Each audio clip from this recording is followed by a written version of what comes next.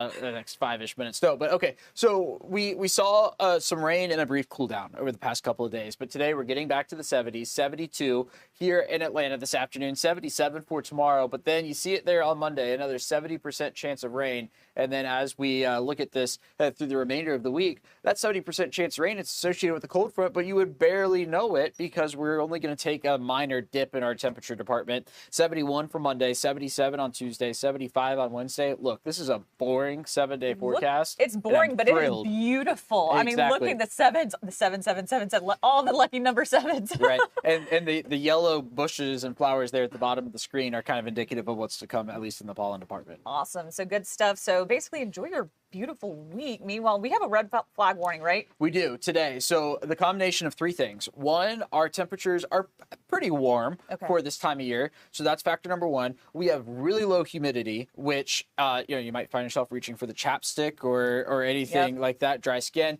And then we also have the wind today, gusting upwards of 25 to 30 miles an hour. You put all three of those together, you do get a high fire risk out of that. Not only can wildfires start, but controlled burns can spread pretty quickly, even if you don't mean for them to. Right. So, it's something to consider today. If you had a controlled burn plan, maybe put that off because today's one of those days where it just takes one ember to go 100 yards and then things get a little dicey. Yeah. All right. So good stuff there. All right. Thanks so much, Alex. Meanwhile, we want to go to our Eli Jordan. He is in Vine City, where they had a 5K this morning, where they are basically raising awareness about one of the most struggling cities in Metro Atlanta. Eli, good morning. Hey, good morning, Elizabeth. I'm out here at the campus of a City of Refuge at 0314, and I'm here with City of Refuge CEO Bruce Deal, and we're here at the finish line. Bruce, just tell me, how long have you guys been doing this race? This is our 14th year running a 5K here at City Refuge. And how many participants you got running today? We had just over 1,000 registered, and some of those virtual, about 750 people running here in our neighborhood. And tell me, you've done this for 14 years. Is it the same zip code every year? Same zip code, yeah. We run through 30314, where City Refuge has been located for the past 28 years. And tell me, tell me about City of Refuge a little bit. What is your mission? Yeah, our mission is to bring light, hope, and transformation to individuals and families in crisis. So we help those coming out of poverty, out of incarceration, domestic violence, sex trafficking. So try to provide full wraparound services so they can move forward to independence and self-sustainability. And just tell me about, also this is a qualifier for another big race, isn't it? Yeah, for several years we've been a qualifier for the Peachtree Road Race. So everybody that runs here is a qualifier. Their times are entered for there. So we're excited to have that partnership as well. So this race kicked off, what time did it kick off? Kicked off at 8:30 this morning. And how are we doing now? About where are we in the race? We're about halfway through, probably a little after 9 o'clock, and so we've had a bunch of folks finish and still got some on the course, but it's going great, and it's a beautiful day here. And so I guess we had a winner, Ping Lu, come in here at about 18:30, 18 minutes and 30 seconds. And you can see the other races coming in, and the race has been going on for about, 33 minutes and 53 seconds now, and here comes some more runners coming across. They've been running through Vine City, a little bit of downtown and whatnot, through wrap it up through the neighborhoods here, and I saw all the cones when I came driving up, and people here cheered them on. And these are mostly people here are all runners that just got here, and one of my favorite spots is the donut section over here where runners come and recarb up and get the sugar back. And so this is where I've been hanging out, around the donut section. But that's about it right now. I mean, we got, races slowly starting to wrap up. All right, runners Eli. are coming in. And Eli, I have some questions. Elizabeth. First of all, yes, go for it. How many donuts have you had? That sounds delicious. I haven't had any yet, but I plan on getting like 3 or 4. Nah, only for the racers, though. All right, so how many runners do we have? They said right around 1,000 runners today. 1,000. Wow, and they're all doing this to support the city and the specific Vine City, 30314 in City of Refuge. It's rare that you have a 5K race that's supporting a quote-unquote zip code. Talk about Vine City and why this was important. I mean, it's important, to bring development, and as Bruce said, support families in need, victims of domestic violence, and also to bring the aesthetics up too, I would say. But this is a beautiful campus that they have here, right? And in Vine City, we'll talk about City the of Refuge. As you're driving in, now you're thinking about specifically this area code that you're driving through. They're running this race. They're seeing the area. What are these runners seeing as they're running through the race course? Just like lots of parts of Atlanta, you got development coming in, and newer apartment complex, high density residential areas, and they're right next to older, unkept or legacy type homes and properties, and building the sidewalks up, getting the streets better, and I guess better lighting and things like that. Well, awesome. And I love the cheerleaders at the end as you're at the finish line. That's great. Hopefully this will be one more step towards progress in that area. Thanks so much, Eli, Jordan. We'll check in with you in a few. Meanwhile, we are following the latest at Heathrow Airport in London, where they had a fire on Friday that forced the airport to basically shut down, and it's impacting flights around the country and around the world. We want to go to our Alexa Liaco. She is standing by at Hartsfield-Jackson. Alexa, how's it going?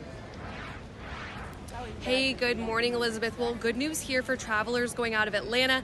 Everything here at the International Terminal looks really smooth. We'll flip the camera around so you can get a picture of operations here. Busy, but not too busy. And I want to show you the best news here of all. We got the departure board here, and we'll see if you can see when I zoom in here. The flights to London Heathrow, they're departing later tonight, 6:15 p.m. and 7:40 p.m. Those are the two flights out of here today to London. Those will be departing on time. So everything looking pretty good here for travelers out of Hartsfield-Jackson, but at Heathrow, delays are going to be for the next several days.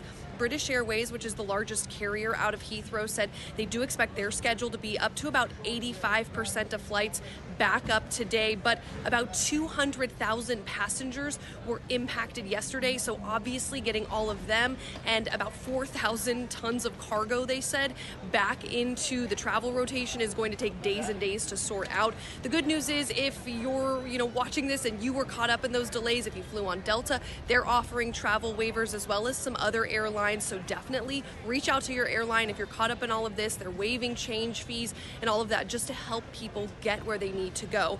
This all started really late Thursday night. Officials say there was a transformer at the electrical substation that supplies all the power to Heathrow Airport. The airport uses about the same amount of power as a small city in any given day. So a huge electrical substation, a transformer blew there. About 5,000 gallons of cooling oil, they said, caught fire. The fire lasted for about 7 hours, but the airport then shut down for about 18 hours. So a huge issue for travelers. You can think of London Heathrow kind of equivalent to Hartsfield-Jackson. It is the busiest airport in Europe. Of course, Hartsfield-Jackson here, the busiest airport in the world.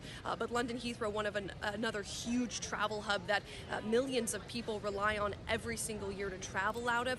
And they said, they do expect to get people on flights today. They expect travel to resume, but probably about 200,000 people could experience delays and cancellations across Europe today, just trying to get this mess all sorted out. Now, what caused this fire? That's the big question that they're investigating now.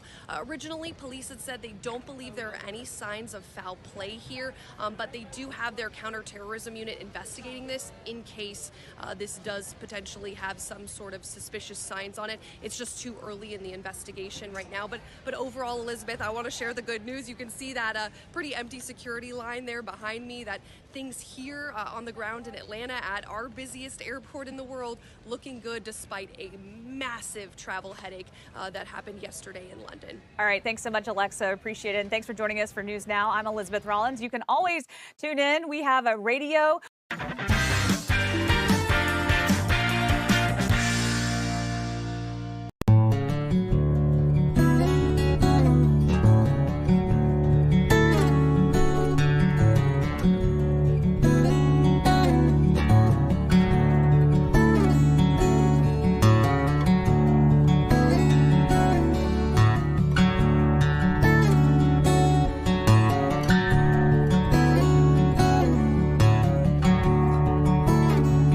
Well, good morning. If you were watching Good Day Atlanta on Monday morning, we had an incredible time at a true gem here in Georgia. We're talking about Andalusia Farm, the home of Flannery O'Connor. And there's a very good reason that we're here, and that's that it is the 100th birthday of Flannery O'Connor coming up next week. And so in conjunction with that milestone birthday, there's a ton of events going on surrounding Andalusia Farm. And these are all put on by Visit Milledgeville and also Georgia College and State University. And right now we're standing in the foyer of Andalusia Farm. What's amazing about this house, and it is open for tours, is that so much of it is totally unchanged from when Flannery O'Connor lived here, from 1951 until her passing in 1964. You really can still feel her presence everywhere through this house. And we are so excited to be hanging out with Lacey Cummings again from Visit Milledgeville. It's good to see you. Yes, good to see you as well. It's been a fun morning. Yeah, it really has. We so appreciate being here on this gorgeous property and checking out the new interpretive center up front. But of course, the farm is so special. So I imagine this is sort of the centerpiece of Flannery at 100, right? Correct. So not only this property, but also the interpretive center and the collections of the O'Connor family and the Klein family, and some of which are still being discovered today, 100 years after she was born. But yes, the Andalusia farmhouse is where she spent about 13 years of her life, at the very end of her life, unfortunately, due to her struggle with lupus.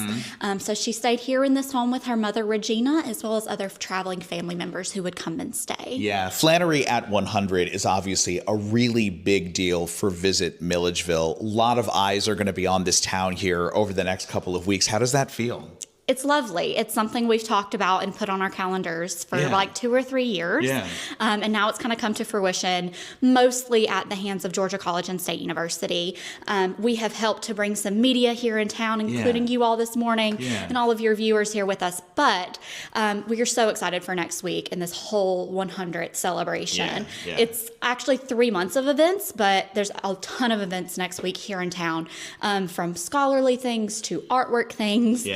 And then some singer-songwriter fun stuff and festivals and birthday celebrations. Yeah, it's just such a celebration of not just Flannery O'Connor, but just this entire area, which so strongly influenced her as well. I want to walk into her bedroom because, again, this really is as she left it when she passed away in 1964. Talk a little bit about this room and some of the features of this room. Yeah, so this room was formerly the parlor of this home.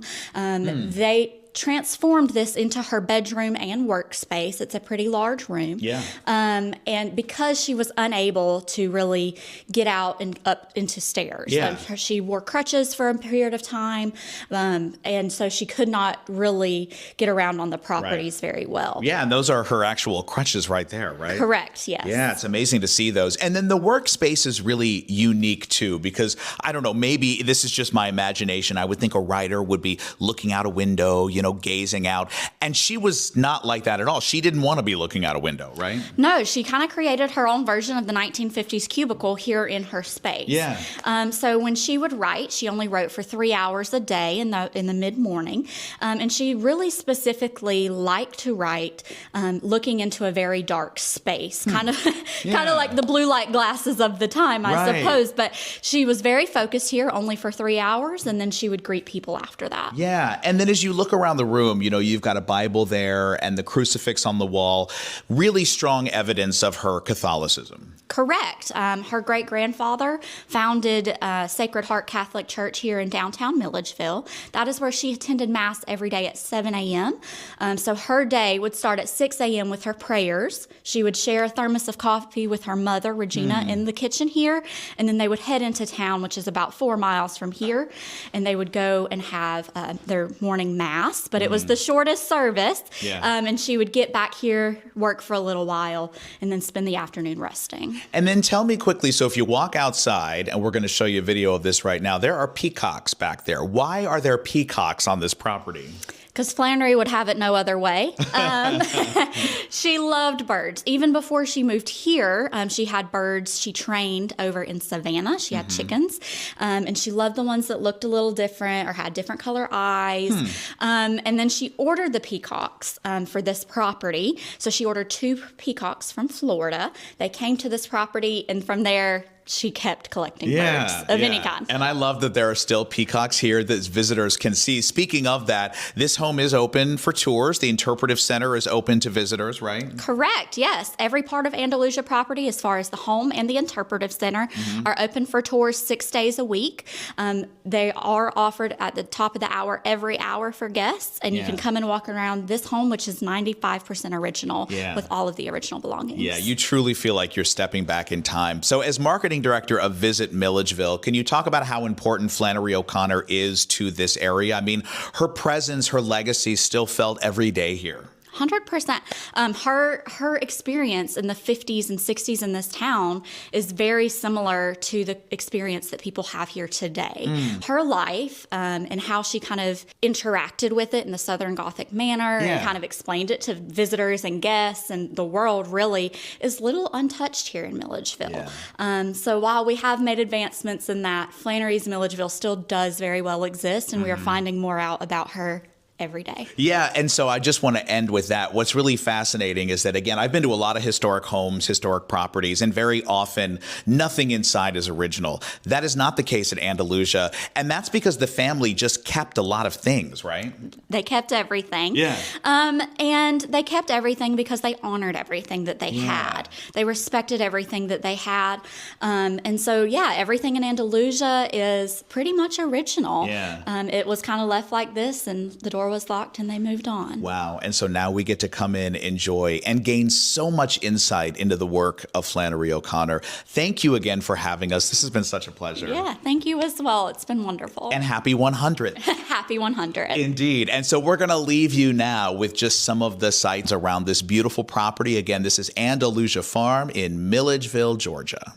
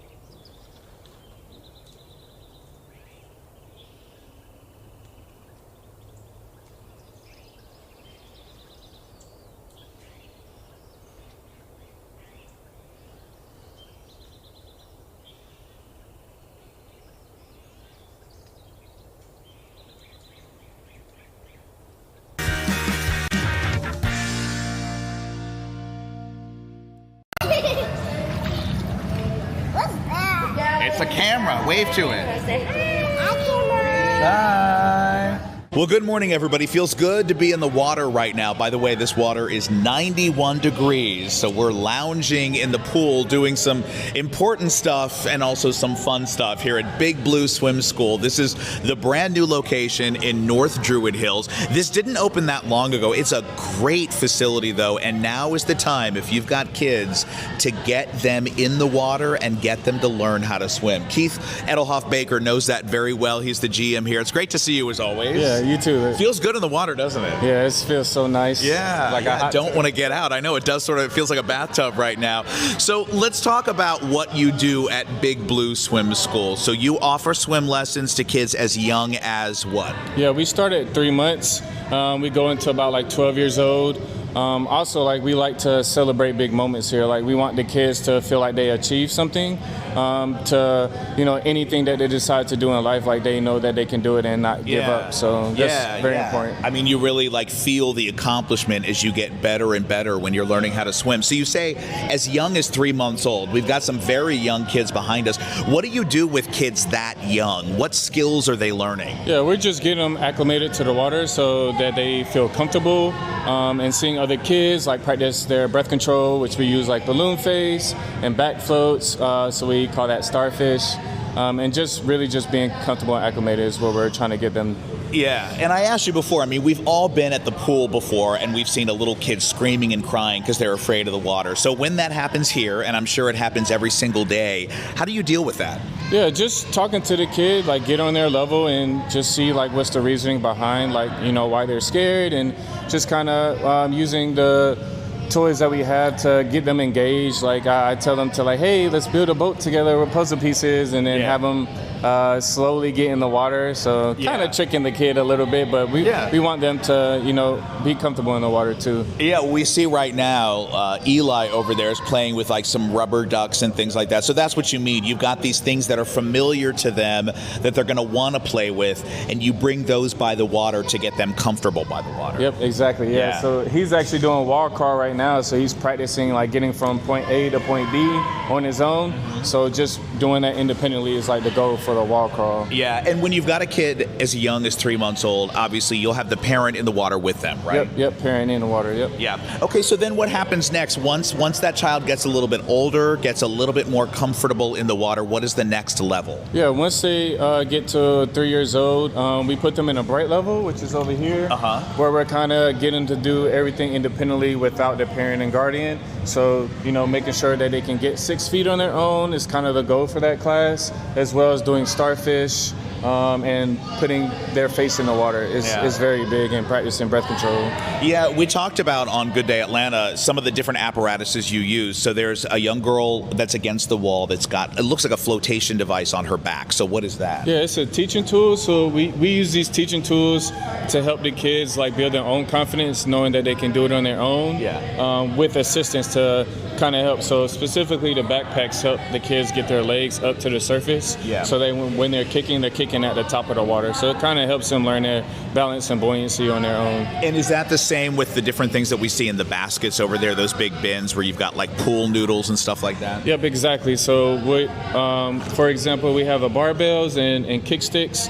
So we use those for our bold classes where we're getting them to do the same thing, learn their balance and buoyancy with the teaching tools, and then slowly taking those off as they're learning it on their own. Because the goal is to have them be able to do it by themselves. So Now, what are these sort of white bars in the middle of the lanes here? Yeah, so we use these benches and islands just as a point for our bright classes. So they're swimming 15 feet is what we're practicing, have them do a straight leg kicking. So we specifically use those for the bright classes. And then we have the longer lanes, which is typically 6 and up, where we're teaching them basic breath control, rhythmic breathing, straight leg kicking. Yeah, so on that point, so what is sort of the highest level that you'll teach here at Big Blue Swim School? When kids advance almost to the point that they're finished here, what kinds of things are they doing? Yeah, so we actually get them efficient swimming all 4 strokes. So butterfly, breaststroke, freestyle and backstroke, pretty much preparing them to do swim team. And like if they want to pursue swimming like at the higher level, like we want to push the kids to do that, and just motivate them like, hey, like you could really do very well if you decide to keep doing swim. So just motivating them and pushing them. Yeah. We keep talking about different statistics and how beneficial swim lessons and water safety is. Just from your perspective, somebody who's done this for a long time, why would you tell anybody watching this to make sure their kids can swim? Yeah, it's just important for kids to learn a life skill. So it's something that they can hold on for a long time. Even if they do lessons for a few months, we want them to at least remember the things that their coach taught them. That way they can use it like they're on vacation, they go to a pool party with friends, and then just educating the parents on what they're learning too as well, so they can reiterate those skills and have them practice outside of their swim lesson. Yeah, I mean, you said before you've seen it where kids have learned how to swim and then they start inspiring their parents like, hey, when are you going to learn how to swim? Yeah, I have parents come to me all the time saying, hey, my kid's learning how to swim now. Now they're asking me, like, when are you going to take swim lessons? I'm like, hey, they do have a point. Yeah. I love to hear that it's something that'll go from parents to kids and then back from kids to parents again. We should mention, too, what you do here at Big Blue Swim School is year-round. And so really a smart time to get your kids in the water is in the wintertime when you wouldn't necessarily think about it, but it's preparing for the summer months. Right? Yeah, we want the kids to stay enrolled year-round just so they can keep those skills nice and fresh. And wintertime is honestly the best time to get started so that they prepare for summertime, because like no child is going to learn how to swim in a couple weeks or even a couple of months. We want them to come consistently, even if it's multiple times a week, just so they prepare for summertime where they can actually like work on those skills while they're on vacation or just at the pool in general. And last thing before we wrap up, so you and I have met before up in Johns Creek. Now you're the GM down here at this beautiful new location, but Big Blue Swim School is still opening new locations. Like, aren't there more coming? Yeah, we have one in Marietta and Roswell that's opening up, I believe sometime this year.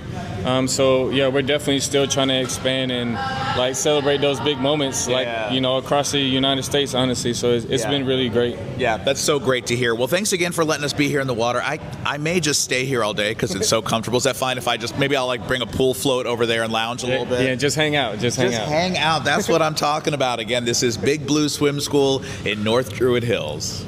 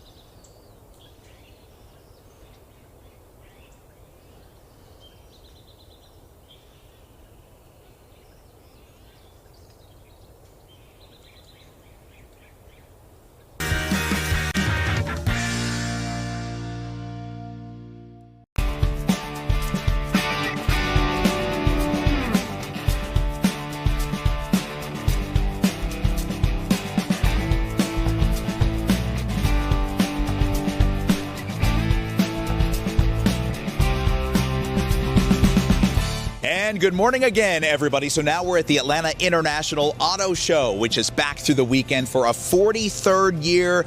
This show is the best. It fills the Georgia World Congress Center with every latest model and make you want to see. It is here so you can do comparison shopping all under one roof. And here's the thing. Look, we're getting towards spring break, right? And then it's going to be summer vacation. I know that your family knows what this is like. Everybody wants to bring a whole lot of stuff on vacation. So how do you get it all in one vehicle? Well, that is the point of the Stow and Go Challenge. We're in the Stellantis area right now. When you're here over the weekend, you can come and take the challenge like I'm about to do with my support. Karen said she'd help me out, right? Absolutely. Thank you, Karen. My friend. It's so good to see you. So first of all, tell me about the vehicle behind you here. Yes, so this is the Chrysler Pacifica, and we are celebrating 20 years of the Stow and Go seating and storage. Yeah. That's when we came in 20 years ago. We floored the industry. Yeah, Yes, and it's incredible what you've done with this vehicle specifically. There are so many little hidden compartments and little hacks that you can learn to get more stuff in there. So show me a little bit about what this vehicle has to offer. Yes, so I'm going to show you how we can stow and go these seats. Perfect, okay. So let's easily just put up one of your bins, and all of a sudden, abracadabra, amazing. that seat is away from And then the floor pops over it, and it's like the seat was never there. Absolutely. Now come back here. Check All this right, out. what else do we got? So we got some back seats here. You do. So all I have to do here, Pull. and it's as easy as that. Now look at all that room. That is wild that it was so fast. Absolutely. And so this weekend here at the show, we are going to ask a family of four or friends of four. Yep. It has to be 4 people, Okay, right? yep. Because I want 4 people to be able to sit down, but I want all of that stuff in here, and you have 90 seconds. Oh, boy. Can you do it? 90 seconds to get all that in here and still have seating for 4 people. Yes. Guess what, Karen? What? I can do it. You can do it? I accept the challenge. Okay. I am going to either thrill all of you or make a complete fool out of myself. Whatever's about to happen, it's going to happen. We're going to let it be. Karen, I'm ready to go. Should we put 90 seconds on the clock? 90 seconds on the clock, and right. we are ready to go. Okay. All right. So pull and pull, pull. And pull easy. All right, we're gonna come over here. We're gonna lift this up, pull it down like it was never there. And then, whoops, oh, I gotta put this under like that. Okay, and then around this side, we open this up. So I got some start. Okay, all right. So now, slide that right along the side here. Get this thing in. All right.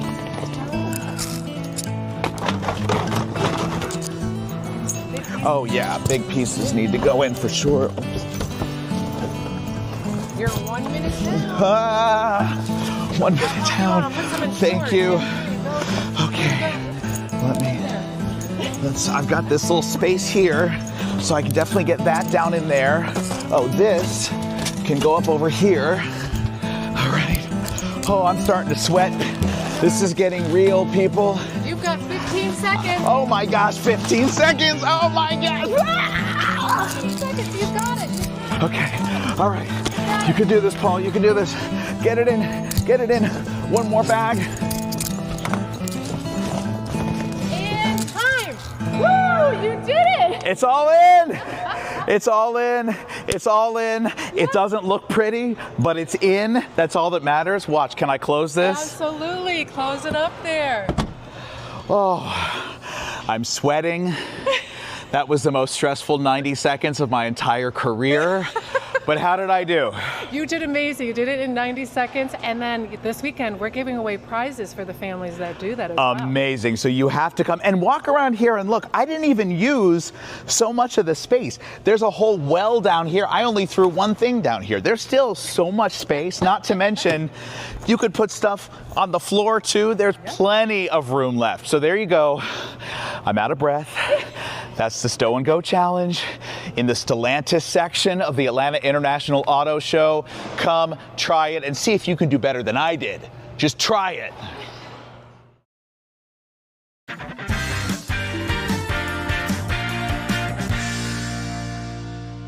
Melbourne, but not, like, that doesn't, you know, I don't know that we can, if any of those can.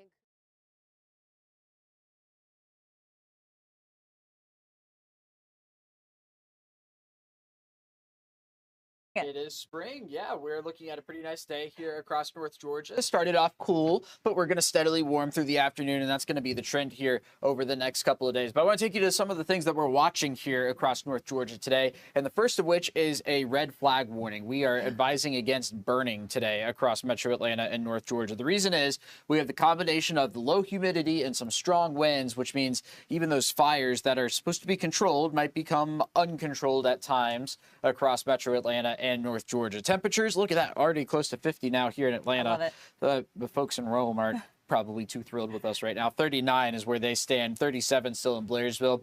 And the other thing to just throw out there, because it's been a while since we've talked about it, we are getting into this time of year now, with the season change, now being into spring, that we start looking at some of these higher UV numbers. So a 7 today, a 7 tomorrow. Notice Monday is not quite as high. It's because of some cloud cover and some rain, but for the most part, not too bad. Rest of the day today. 70s, they're on the way. Looking for a high temperature around 72. Might make you think, all right, well, what comes next? Easter's 29 days away. Cinco de Mayo, about 44 days away. Mother's Day, about 50 days away. It's coming fast, and so is baseball season. Oh, my goodness, Masters. It's my favorite time of year. Yes, exactly. And then this Thursday, here you go, the first Braves series of the year. They're out in San Diego. And for once, I think this is the first time I might ever say this, we are going to have better weather here in Atlanta. What? With highs in the 70s, no rain, anything like that, than they're going to have there in San Diego. So wow, we what really you will. missed out on having our opening day here. Right, exactly. Unfortunately, but I'm loving the 70s. That graphic you had 30 minutes ago, 7777. It's the lucky numbers. There you go. There we go. The 7-day forecast and yes. sevens all the way through. I love it. And a 70% chance of rain there on Monday. We just went for all sevens. This is our lucky week. Exactly. Now that Monday rain chance is going to be more so during the morning hours. There you see it there. Okay. I think we'll clear out for Monday afternoon across North Georgia, no doubt. Okay, thanks so much, Alex Forbes. Always, you're bringing some good news. I'm loving it. This time around. Yeah, just give it 30 minutes. All right. Thanks so much. Well, we are following breaking news out of London, where flights continue to be impacted after Heathrow Airport actually had a fire yesterday. Alexa Liaco joining us now live at Hartsfield-Jackson, where we are feeling that impact. Alexa, good morning. Hey, good morning, Elizabeth. Yeah, definitely was really a huge headache for travelers across the entire globe. London Heathrow is the biggest airport in Europe. You could compare it to Hartsfield-Jackson to the United States, even though Hartsfield-Jackson even bigger, the largest airport in the world right here. Now, from Atlanta to London Heathrow, we only have about a handful of flights every single day. All of those yesterday were canceled because of this fire. But the good news is there are some flights to London tonight that have not been canceled. And we want to take a look here at the board and show you, kind of look at some flight information here. You can see the international flights that are departing. A few flights in the morning, but none going to Europe. And then a lot of the flights going out of here not impacted because most of them going to, America and other locations. So we're not seeing any delays as far as Alexa travel right this second here at Hartsfield-Jackson. You can see, can you hear me now, Elizabeth? Hey, yeah, we'll come back to you. Now? We are having some technical issues. We will come back to you in just a bit. Okay. But thanks so much for that update. We continue to follow that breaking news there. And again, flights around the world being impacted by that fire. We do know that London is slowly reopening its runways. But again, you definitely want to check your flight status to see what kind of impact it might have had on your flight. Meanwhile, we want to go to Eli Jordan, who is standing by in Vine City, where a very unique 5K. This is so cool. This is to help improve the city. Good morning, Eli. Good morning, Elizabeth. Yes, zip code 30314, the Refuge Run. It's the 14th annual Refuge Run put on by the City of Refuge. And why the run? Well, the City of Refuge here, the beautiful campus that they got all of this campus, all of these buildings, and they also have residential areas that they have helped build up. And they house over 300 people. that might be down on their luck or just need a place to stay and they can't find another place to stay. And today they had about 1,000 runners. It started about an hour and 10 minutes ago. And Bruce Deal, CEO of City of Refuge, estimates that we have raised about $250,000 to $300,000 to help maintain and improve this area, help get people housed and whatnot, people that, victims of domestic violence, people that recently released after being incarcerated. Sometimes it can be really tough to find a place if you have, a past history. But if you rehabilitate yourself, get out there, well, you should be able to have a place to stay. And that's what City of Refuge offers. And this race this morning has helped to, raise some funds to keep the City of Refuge going on and helping more people. And it just wrapped up. I think all the donuts are almost gone. But yeah, we had 1,000 runners. Bing Liu was the winner. He ran at 18:26. Hey, what's up? We got excited people here. We got some of the cheerleaders that were cheering people on. Eli, and so this was your first race, correct? Yes, it was. Tell me, what's your name? Zaki Mack. Tell me, why did you race this today? I got a lot of motivation from my family and friends, and it was just a first-time thing. So I just thought, let me get out the house and make myself, go out and get some fresh air. So tell me, was it a tough run? Did you get out of breath? What was the hardest part? What was the hardest part of the route? It started off good, but then I got a little tired. But then, I caught my breath, and then I kept my pace and just a little bit of water in. Gotcha. And tell me, what part of the town are you from? I'm from Atlanta, Georgia, the west side. Gotcha. And so how does it feel to run a 5K and complete it? It feels good. I got third place. Some people couldn't do it, so I did it for them. Gotcha. Awesome. What are you going to take away from this? What are you going to tell your friends all about it? It was difficult, but I pushed through. Right on. Yeah. Way to go. Well, congratulations on finishing the race. Thank you. You too. All right. So there you have it. People are. Oh wait, we got one more. Oh, you're number 409. Number 409. What is your name?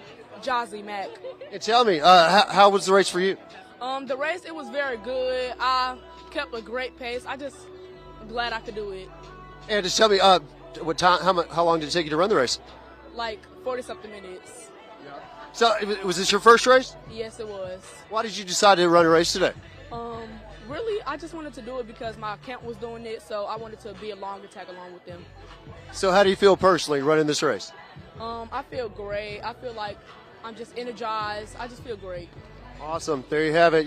People want to come out, race. It'll make you feel energized. It'll make you feel good, proud of yourself, and also, too, you're helping a good cause here in the Atlanta area, zip code 30314. Awesome. City Thanks of Refuge. so much. You really you got some great interviews there, and I just love that they're running for their community. Talk about that. I mean, this is personal to many of these runners. Oh yeah, I mean, there's a lot of houses and homes around here. They're running through residential areas, but like I said, a City of Refuge houses about 300 residents that are maybe down on their luck or recently incarcerated and needed a place to find or place to stay. Or if people that have been victims of domestic violence needing a safe place to go, they can come here. And that's what the proceeds are for, to help, maintain this place. They have properties off campus here to house people that need it. And this race is the 14th annual race. Raised about $300,000 to keep it going. And also, too, another thing, this race is a Peachtree Road Race qualifier. So people that came in, I don't know how the qualifying runs. I don't run races, but apparently this is associated with the Peachtree Road Race. You come out here and run this, then you'll get a number for the Peachtree Road Race later on, which is July 4th. That's always a plus. We all love the Peachtree Road Race, and again, such a great initiative for the community. Thanks so much, Eli Jordan. As always, we'll check in just a few minutes. Meanwhile, thanks for joining us. This is News Now. I'm Elizabeth Rollins. We want to let you know that you can listen to us anytime on the radio, actually. Fox 5, Radio 1 Network, 107.9 HD2 FM. So be sure to take us with you in the car listening We're live streaming, obviously, every single day, so be sure to tune in there as well as your Fox local app. Thanks so much for joining us. I'm Elizabeth Rollins. We'll be back in just about 30 minutes. We'll see you then.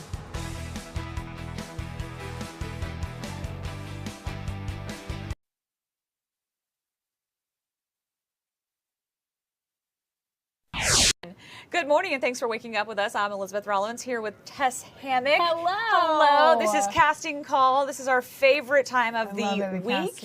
And yes. I always forget it's behind us. Yes, and you have some fabulous things for us. Oh, I do. I'm so excited. So the first opportunity that we have is actually with a project called Your Mother. And I so badly want to make a Your Mom joke, but I will not. I'm sure your mother is a lovely lady. So this one's really great. This is starring someone you may recognize, some very famous folks from Moonlight, Hidden Figures, a little bit more. Okay. So that's what we can say right now. So they are casting, this is coming to you by Central Casting. They're going to be casting babies 5 to 8 months. So listen, be the Tiger Woods dad, the Venus and Serena dad. Go ahead and get your kids involved in the film and TV industry, and a great way to do that for a feature film. They are looking for African American babies, any gender, can be boy or girl, doesn't matter. And they are going to be filming in early April, so coming up soon, through late May. Now here's the catch. A lot of times when we bring you a casting, it's going to be for maybe a day or 2 days. This one you'll have to be available for multiple days, but for basically a month. Okay. So if you've got a little time, and you're maybe... So they can't be in school. They can't be in school. Although 5 to 8 months, man. I know, I was making a joke. Or maybe, you're on just like a year-long maternity leave. Yeah. This is perfect for you. So what you're going to do is you're going to send your contact information, your baby's date of birth, and some pictures of your baby to senior@centralcasting.com. So very fun way to go ahead and get your kids involved at a super young age. Okay, cool. I wish my mother had done that with me. I know. I think she tried, and I was just like, yeah, it wasn't happening. All right, this next one though, this is awesome. Oh yes, so this is Tyler Perry Studios, as you all know, very big name here in entertainment in Georgia. This is an unknown project that we have. I do believe this is a pilot, though. I love the unknowns. I like the unknowns too. Again, never sleep on those. What they're looking for is upscale restaurant patrons. I don't think they feed you upscale restaurant food. I wish they would, but I don't think Is they Chick-fil-A considered upscale restaurant? Some days it is for me. It is for me too. I love it. Get that #1 no pickle. Yeah. But they're looking for ages 30 through 55. So I would qualify for this. Yes. Same. Get a free meal out of this. There we go.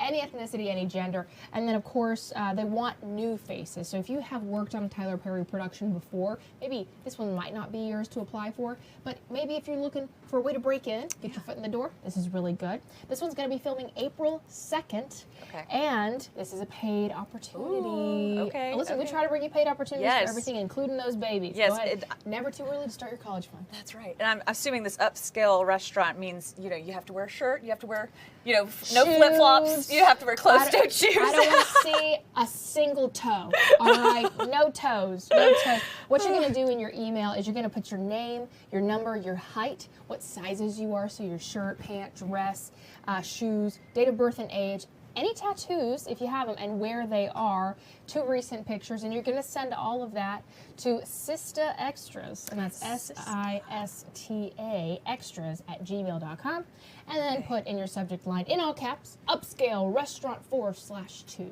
Okay, awesome. And speaking of school, this one they're looking for students.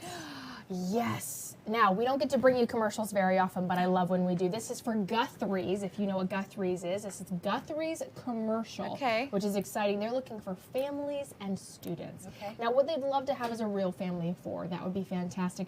They want a mom who is between the ages of 30 and 60, a dad between the ages of 30 and 50, kids between the ages of 5 and 9. They're looking for college students between the ages of 18 and 23. That's a mouthful. Now, this one's going to be filming March 26th or the 27th. Now, here's the catch. This one's actually not in Atlanta. However, it is within our entertainment district. It's within the Southeast Entertainment District. Okay. Opelika, Alabama. That is actually, I believe, close to Birmingham. Okay, so not too Or, much. excuse me, Auburn, Maybe not Birmingham. a couple of hours drive. Couple hours drive, but it is lovely. There is a Buc-ee's, I believe, on the way. Well, there you go. So there you go. And this is, again, a paid opportunity. And you can apply at castingtailormade.com, and that is Taylor with a Y. Awesome. Thanks so much, Tess. Well, we'll be right back. When we come back, we'll have more on jobs.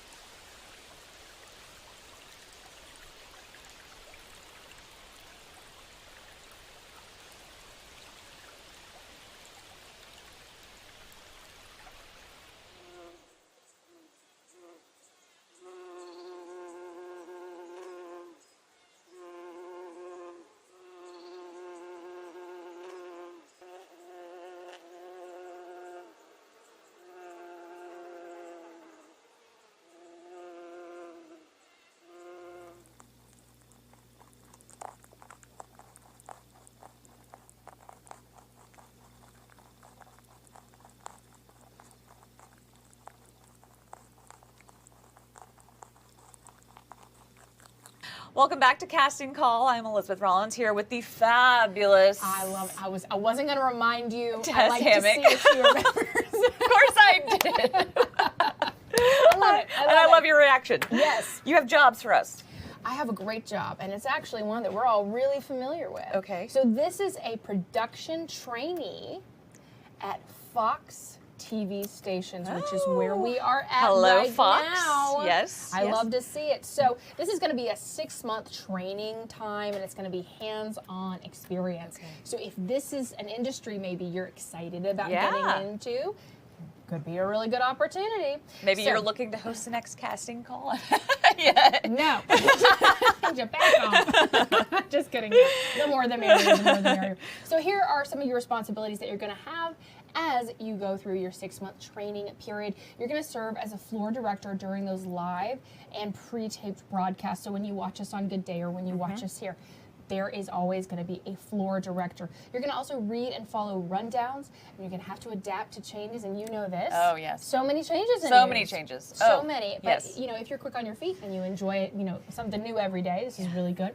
You're going to ensure talent is in their correct positions at all times. So when Elizabeth and I are running around the studio and we're supposed to be somewhere, what you don't see is we have our places marked so that we don't we don't get offset.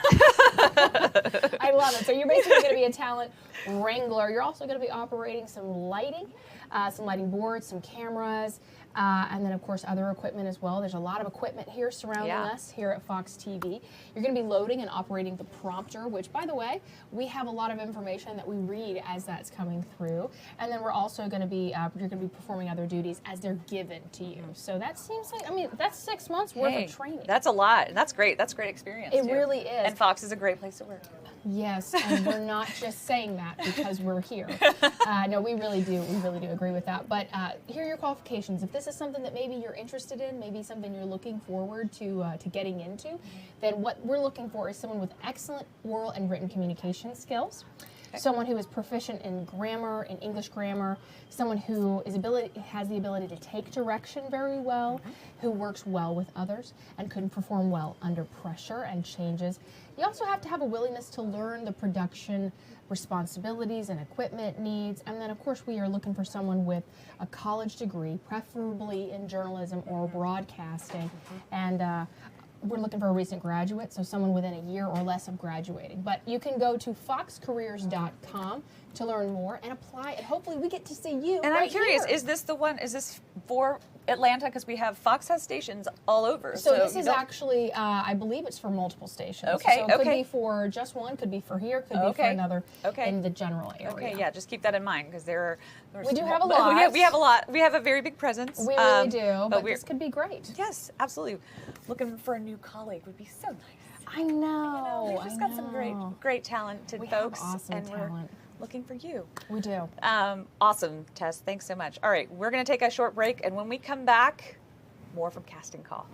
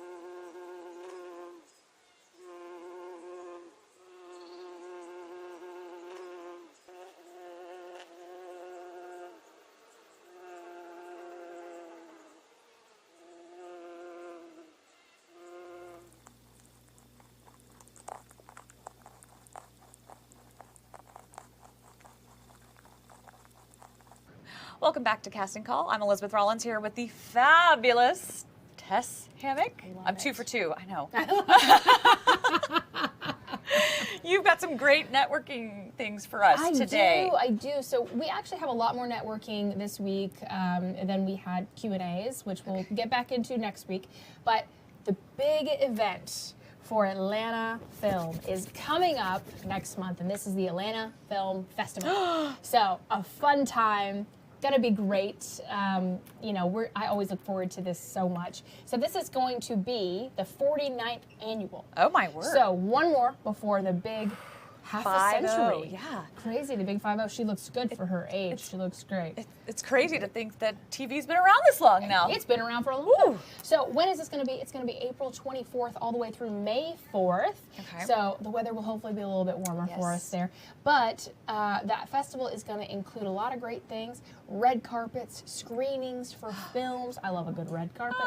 The creative conference, networking, and more. So obviously, filming films and screenings and the red carpet, that's pretty self-explanatory. But if you're interested in the learning aspect of this, that creative conference is going to be exactly where you want to be. So there's going to be 35 in-person panels, workshops, and discussions. Okay. So thankfully, I got to host one last year about casting. Oh, it was great. okay. And a lot of you came. This year, I'm not hosting one, but there's a lot of really awesome conferences and discussions that they're doing. They're going to have 10 virtual panelists as well, and that's going to have that in-depth conversation with those industry experts. Now, could be an expert from Atlanta or Los Angeles or New York. Could be anybody. So great networking opportunities and just getting that exposure. Yes, and it'll be either at the Plaza Theater in Midtown or the Terra Theater, very close to here. They're both historic theaters, and they both house the Atlanta Film Fest. But you're going to get to learn about film, television, gaming, financing, film festival programming to host your own one day, and then community organizations, and all the things you would need to know. And you're going to have a lot of fun. So you can get your badge, and you can learn more and see the calendar by going to atlantafilmfestival.com. Awesome. Awesome stuff. So fun. Thanks so much. And anything else you have for us? I have one more quick one. I'm so excited. I get to host another panel, and this is going to be... This one she is involved with. This one I am involved with. This one is going to be the Fulton Films Masterclass Conversation, and this is all about how to answer the casting call. This one's going to be next Saturday, March 29th, so a week. If anybody knows, it's this girl. It's funny, though. So I was just told today that it is full, but we do have a wait list in case anyone drops out. So this is why we're telling you this. So where is this going to be? It's going to be at the Oki Library. That's going to be on Abbott's Bridge Road. It's going to be from 11 a.m. to 1 p.m. Now here's the cool thing. So I will be there. Rose Locke will be there, who is a fabulous casting director and a good friend of mine. Okay. We have brought you many of her castings before. Okay. But what I'm very excited about is Dwayne Boyd. He's a celebrity photographer, and he's doing free headshots for you. Oh my gosh, I'm that's gonna get one worth too. its weight in gold. It is. So you can go to fultonlibrary.org, and then of course you can get on the wait list by going there. Oh my gosh. Awesome. It's gonna be fun. That sounds so Yeah, fun. I I'll might see you show there. up. I might need to get on Just the wait come- list. Listen, just come on. What are they gonna do? Well, they could keep you out, but you know, what else could they do? Oh my goodness. As always, Tess Hammock, such a pleasure. Thanks so much. My pleasure. Always an honor. Thanks for joining us for Casting Call. We'll see you next week.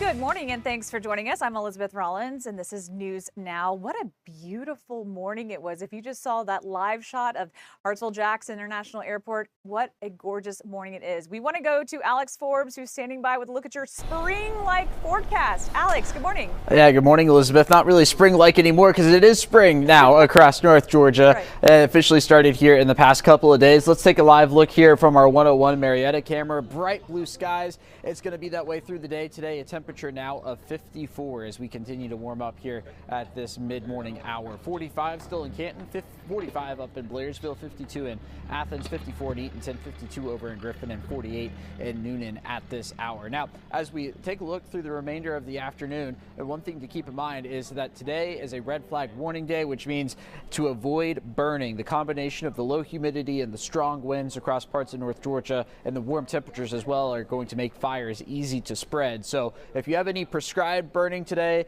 I would try to put that off if you can. The other thing is, with spending more time outside, good thing to keep the UV index in mind. We're up to 7s for today and tomorrow, also through the middle part of the week. So while highs, right? 7s are still notable on the UV forecast, so if you're spending any amount of time outside, something to keep in mind. There we go. 7's popular number into the 70s later this afternoon. And as we take a look at the high temperature today, I've got 72 here in the city. Some spots as cool as about 67, other spots as warm as about 75. Here's how that looks on the hour-by-hour forecast. Again, not a cloud in sight, just a spectacular afternoon. And then into the night tonight, temperatures down into the 40s and 30s once again before we get into the mid-70s for tomorrow. Now, I am watching a chance of rain up to the north. This is going to be moving in and along about the midnight hour of Monday into the metro area. I'd be on the lookout for a couple of showers for your Monday morning commute.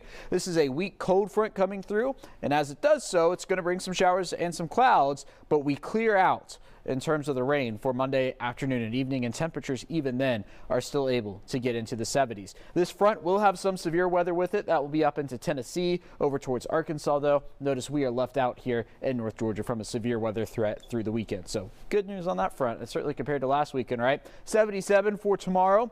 Went with a 70% chance of rain for early Monday and then clearing out Monday afternoon. And we're clear for the remainder of the 7 days that follow with highs in the 70s, lows in the 50s and 40s. So Elizabeth, everybody who likes different things gets a little bit of everything. Cool mornings and warm afternoons and plenty of sunshine here across North Georgia. I'm still just stuck on the 777. Maybe we should go buy a lottery ticket next week. All 7s, yeah. Awesome. Lucky week. Thanks so much, Alex.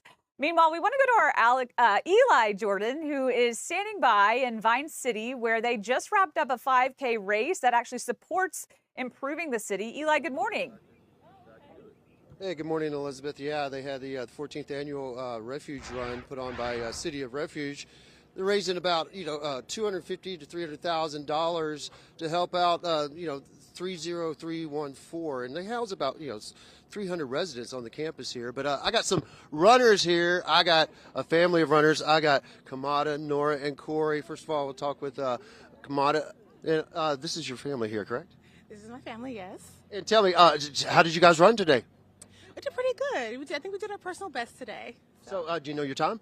42 minutes. Right on. And so tell me, why was it important for you to come out here and do this run? Oh my gosh, I love this organization. They do so much for the community, so I just want to come out here and just run because they do so much. So I'm involved throughout the year, so this is one of the things I do. And have you done it before here? Oh yeah, every year for the last 5 years or so. And Nora, have you run this before? No, this is my first year running. What did you think about the run? I really liked it. Yeah, I liked that it was in the city. I like City of Refuge too, what they stand for. So. And was it a little bit more difficult? Was it easier? And tell me about how did it feel coming across that finish line? I was so ready to get past that finish line, but it felt good. Like it was more inclined than I thought, but it was good. Gotcha. And Corey, we're going to talk son-in-law Corey here. And, was this your first run? This is not my first run, but this is my first time doing with City of Refuge, and it was amazing. It was awesome. So tell me, why was it important for you to come out here and do this? I love to run, and I love to make new personal bests, so that was my goal, to get a new record, and I got to it, so it was awesome. So tell me, what was the neighborhood like as you were running through and all that? I mean, were you guys kind of recognizing, 30314 and all that? Yeah, a little bit. Yeah, I'm from Atlanta, so it was nice to see the scenery, everything starting to change and looks good. So I'm happy to run through it. It was awesome. Gotcha. Well, I want to congratulate you guys. Oh, congratulations on your run. I know you didn't want to talk too much. Anything you want to change about it? How'd you feel about coming across that finish line? Rewarding, honestly. Gotcha. That's all I'll put you through. I know you're gonna. But yeah. Come on, thank you very much, Nora, Corey, and everybody. Thank you. And you can see Eli, the I have a DJs have question. kind of. Gotcha. What's that? So this is a Yes. Peachtree Road Race qualifier. Any of them running in the Peachtree? So, yes, this is a Peachtree Road Race qualifier. Are you guys going to be running in the Peachtree Road Race at all? No. I think 5K is enough for them. So yeah, there you have it. All right. Everybody's breaking down here, and it's getting about quiet now. Thanks so much, Eli Jordan, for us. We'll check in with you later. All right. Meanwhile, we continue to follow breaking news out of Heathrow Airport in London, where they had a fire yesterday, which is impacting flights around the world. Alexa Liacco is standing by live at Hartsfield-Jackson International Airport. Alexa, good morning. Hey, good morning, Elizabeth. Yeah, this is a massive deal for travelers across the globe. Over 1,300 flights were canceled yesterday, completely stranding about 200,000 people. To give you that's the size of Columbus, Georgia, or Augusta, Georgia. The entire city is worth of travelers stranded, not only in airports in Europe, but also airports here in the United States. Now, for Atlanta Hartsfield-Jackson, we're not doing too bad. We have a handful of flights every single day that go directly to London Heathrow. Those were canceled or impacted yesterday. Today, the flights are leaving in the evening time. I want to walk you over to the board here. In just the last few minutes, actually, we had an update. One of the flights is actually now delayed. Those were both on time this morning, but now that second flight, that Delta operated flight leaving at 7:40 p.m., you can see that's delayed. That just changed in the last few minutes, so things are certainly evolving. And so if you do have a flight to London, especially check with your airline before you go. Some flights were even diverted from Atlanta to London yesterday. One had to land in Amsterdam instead of London. So even if people were able to get to Europe, some were in the wrong European city. So definitely still impacting people. The airport says it's expecting days worth of delays out in London. This all started Thursday night, late into Friday morning. We want to show you some video of this fire. Officials say that a transformer blew at an electrical substation that supplies all of the electricity to London Heathrow's airport. It can use the electricity of basically a small city every single day, so a huge electrical substation completely down. The fire lasted for about 7 hours, but it shut London Heathrow down for about 18 hours, stranding again 200,000 plus people, canceling more than a thousand flights. And the airlines do expect it to take several days to get things back on track. The good news is if you're leaving all those change fees, if you need to change to a different flight or need to try and get home a different way, they're working with travelers and offering waivers. So you can find more information about that. We've got that on fox5atlanta.com for anybody who needs a little help getting through this. But, I want to show you the airport here. It's running. There's still people here. There's still there. You can see too, people are checking in for their flights. This is the world's busiest airport. All right, thanks so much, Heathrow, Alexa. Basically the equivalent in Thanks so much. We'll check in with you in just a bit. But again, make sure you check your flights if you are traveling this weekend and see if you've been impacted there. But of course, we want to let you know that you can follow us anytime. You can also listen to us live, actually. Fox 5, Radio 1, Network 107.9 HD2 FM. So take us anywhere. Of course, make sure you download the Fox Local app. Always great to have both on hand. We're here to bring you the very latest around the Atlanta area and around what's going on around the world. Thanks for joining us. I'm Elizabeth Rollins. This is News Now. We will be back in just about 30 minutes. Meanwhile, we'll be right back.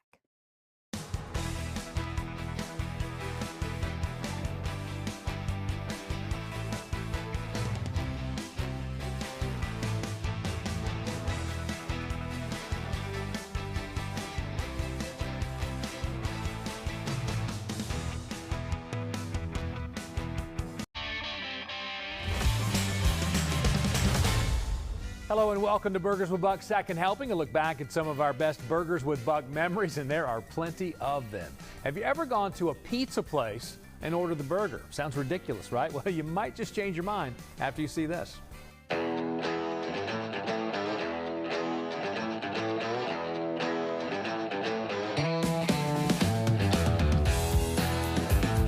All right, this week, Burgers with Buck, we are in Grant Park. We are directly across the street from historic Oakland Cemetery. We are at Fire Pit Pizza Tavern, and I'm hanging with my new friend, Sean. Sean, how are you today? Good. How you doing, Buck? I'm doing great. So the segment's Burgers with Buck, so people are like, wait a second. Fire Pit Pizza Tavern. Y'all are known for pizza and wings here, too, aren't you? Yeah, we are known for our pizza and our unicorn wings. Primarily, people love them, but every once in a while, we're known to slide a burger onto the menu, so that's what we're doing for you today. I like the way you think. Before we get to this, I want to ask you a little bit about this place. I mean, you guys have been here about 3 years now. I'm sure you've seen this area. It's just boomed, and this neighborhood has changed so much, and what a cool part of town it's become. Yeah, absolutely. It started to bustle with a little more activity. It used to be that you only had a couple restaurants over here, and now we got tons of housing, tons of families. We've been really lucky to be in on the front end of that and to become a part of the community and grow with them. So, I mean, burgers are popular, right? People love them, and they're on the menus of all kind of different restaurants. But why in the world do you guys decide to, as you say, slide one on the menu every now and then? Every once in a while, you gotta have an item to have some fun with, and burger's the perfect vehicle for that. You know, it gives us something that we can that I can be a little creative with, and something that's usually not on the menu. So. All right, tell me what you call this one first. We're calling this the crispy prosciutto burger. It's a double diner style burger, so smash patty, a little bit of goat cheese, some garlic mayo, crispy prosciutto chips, arugula, and a house-made red onion marmalade. Found pretty high too, isn't it? Oh yeah, it's stacked. You're gonna have to unhinge your jaw for this one. It's not my first burger, but I am a little concerned. I'll be honest with you. You know, who hangs out here? Tell me about the place. I mean, who? Tell me about your, you know, the weekends. I've heard about lines being wrapped around the building and that kind of stuff. Oh yeah, absolutely. We are known for being a pretty all-inclusive bar and pizza tavern. The owner Leslie Cohen is pretty prominent in the LGBTQ community, and so we try to be all-inclusive with everybody we can in and out. So you know. Daytime, you'll see families and business people in here. Nighttime, we'll have a little more of a club atmosphere almost, you know, so. Well, I'm going to try this today, and then I'm going to have to come back and try the pizza what's unicorn wings? What is it? Unicorn wings is what we're known for. It's our house seasoning. It's kind of a pantry seasoning. It has everything in it. A lot of people would say it tastes like a spicy Dorito, maybe, but it's kind of a blend of everything we have in house. All right, I'm ready to give this a try. The crispy prosciutto burger, right? Crispy prosciutto I'm burger. hand you this here. Okay, can you handle that for me? All right, we're looking for the thumbs up. You know, right. I want to be the 277 thumbs down. You know. No, nobody wants to be that. Yeah, no, I don't want to do that today. All right, Sean, I like your chance. Let's go. I kind of do. Here we go.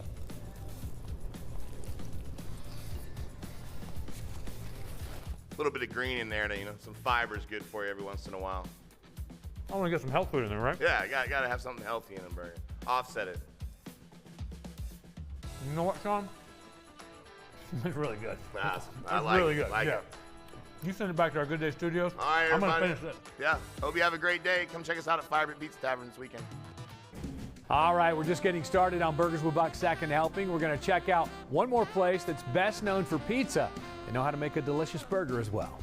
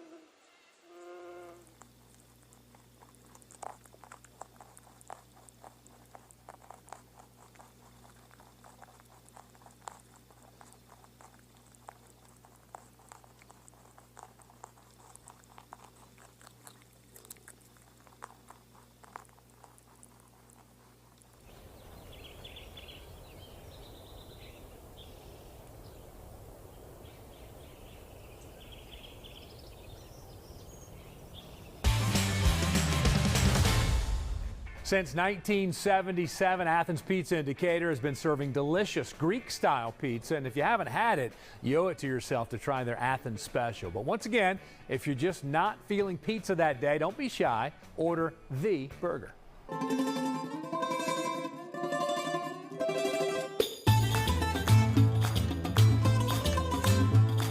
right, this week we are just down the road from our Fox 5 studios. Burgers with Buck is in Decatur, and we're at a place called Athens Pizza. Burgers with Buck at Athens Pizza. I promise it's going to make sense in a second. I'm here with Sandy. How are you, man? Good, Buck. How are you? Doing great. All right, so full disclosure, I've known Sandy and his family a long time. Love your mom. Miss your mom so much. She's a legend, and I feel like she's still here. That's absolutely right. Her spirit just emanates throughout the place, and throughout Decatur, really, for that matter. For sure. All right, so I'm in here a lot, and I've eaten here a lot of times, and I've always had pizza. Never even looked or considered anything else on the menu. Athens special, that's you. Yeah, the Athens special. You know me well. Apparently you guys have a burger. Yes, we do. And it's called? The Burger. Is that Greek? No, that's not it would be, in Greek, it'd be the berger. Yes, the berger. All right, well, here it is right here. So tell us about, how do you put one of these together? I can't wait to hear about So it. this is my mom's recipe, basically, and I kind of tweaked it a little bit. It's just ground beef, regular ground beef, nothing fancy. We put chopped onion in it, chopped parsley, a little bit of Parmesan cheese, a couple of eggs, and salt, pepper, and garlic. And that's it, basically. And it's, in Greek, or in Greece, it's called a beefsteak. And we just decided to make it into a burger because it's very flavorful. It's got a lot of flavor in it. And then we put the roasted red pepper feta spread on top of it on a grilled ciabatta roll that is with garlic butter, just a little bit of garlic butter, and it's nice and crunchy. The flavor is just outstanding. And, you know, you be the judge and tell me if you like it. I got a bone to pick with you because I've been coming in here for years, right? And we're coming up on 200 burgers. And the last time I was in, is the first time you ever mentioned that you guys had a burger on the menu. And you know I never look past the pizza page. And that's, you know, it's something that is very, very hidden on the menu. And our pizza's our staple. Our pizza's, gyros, and all that stuff that we got. But the burger is something that we really wanted to kind of exploit a little bit because it's actually very, very good. And it's something that's not as traditional as the regular burger that you have with little patties and, you know, cheeseburger and all that. This is a Greek burger. And if you like any flavors of Greece, that's basically just an entire flavor of Greece right there on the plate. And the timing couldn't be better to talk about this week because of the Greek Festival. That's right. The Greek Festival is this weekend, September 27th through the 29th, at our church right down the street on Claremont Road. And we are a very integral part of that. We do a lot of stuff in food preparation for it. And we'd love to see you guys there. I want to get some of those little donuts too. What are those called? Lucumades. Yeah, lucumades, the dough fritters with honey and cinnamon and walnuts on top. It's awesome. It's but first, I've got to taste the burger. How do I say it? The burger. The burger. Okay, I'm gonna give this to you. Okay. All right. Here we go. All right, he's putting the bun on top. There it is, right there. All right. I'm gonna just kind of Americanize it a little bit. It's called the burger. That's right. Does that work? There we go. The burger. That's right. Here goes nothing, Sandy. Oh my God. I didn't know that anybody could actually make a bite that big, but apparently you can. Okay. What do you call that spread again? It's the roasted red pepper feta spread. It's called chtipiti in Greek, but you up. can't do that. It's chtipiti with the burger. You know what I can do? What? I can do this right here. You can? Oh, Yeah, got a you thumbs take it up. over here. All right. We got a thumbs up from Buck, and he's going to take another bite. And again, I cannot believe that someone can actually put their whole mouth around that burger. But Buck can do it. Awesome. Thank you very much. And come see us at the Atlanta Greek Festival, and come try the burger at Athens Pizza. Because you know what? Once you go with that burger, you probably won't go with another. Our next stop is not a pizza place, but they describe themselves as a lively Latin kitchen. So perhaps not a spot where you would think of ordering a burger. But remember, if you do, it's a lively Latin kitchen. And as the name implies, the Fire Burger, it's got a little kick to it. It is that time of year again. Baseball season is back, and this is where Braves Baseball with Buck meets Burgers with Buck. And man, are there a lot of options. C. Ellis, been there. Yard House, done that. The El Felix, even got the t-shirt. El Super Pond, huh? Let's check it out.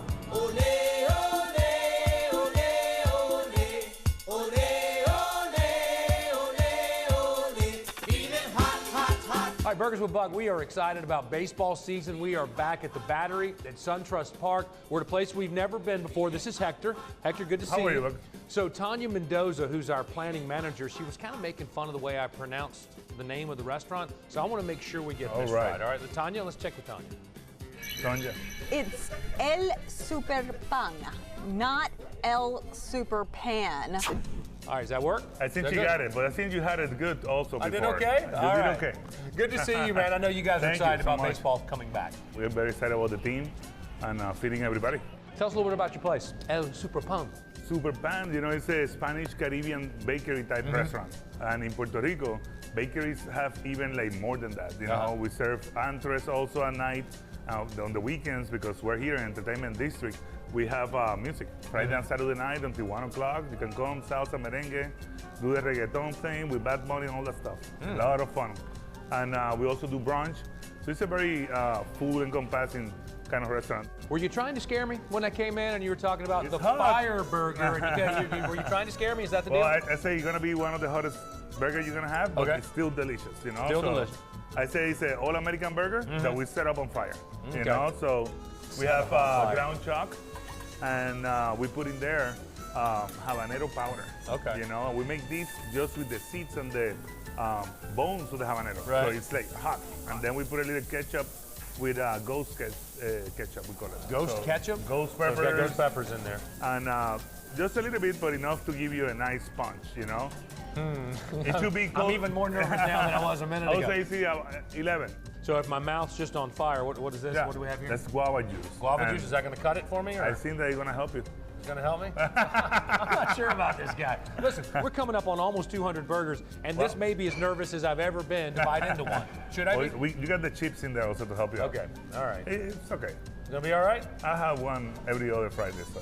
Every other Friday. All right, Hector, I'm ready to give it a try. Oh, let's see that. The Fire Burger. Fire Burger. From where? Say it again. Where were you? So Super Pan. On Fridays, both here at the Battery and at Polk City Market. We always do our burgers. There it is, the Fire Burger. Oof. Yummy. I'm gonna take a big old buck bite too. You ready? He went for it.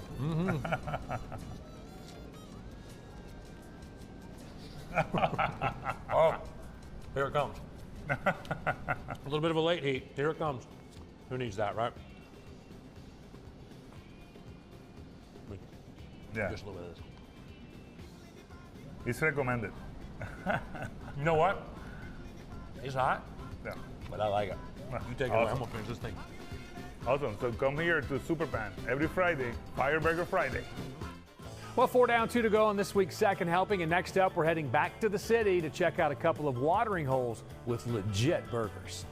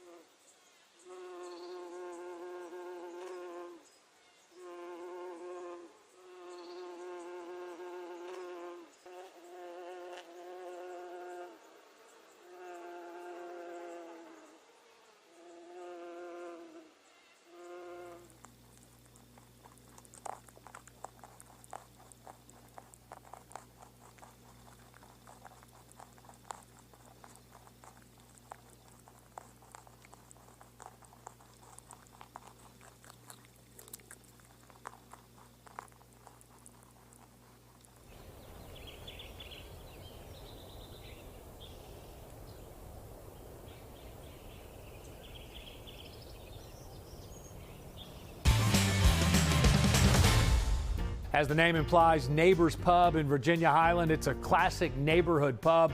It's been around for almost 40 years. They've got a huge patio, great for watching local sports or just hanging out with friends, and of course, enjoying a delicious burger.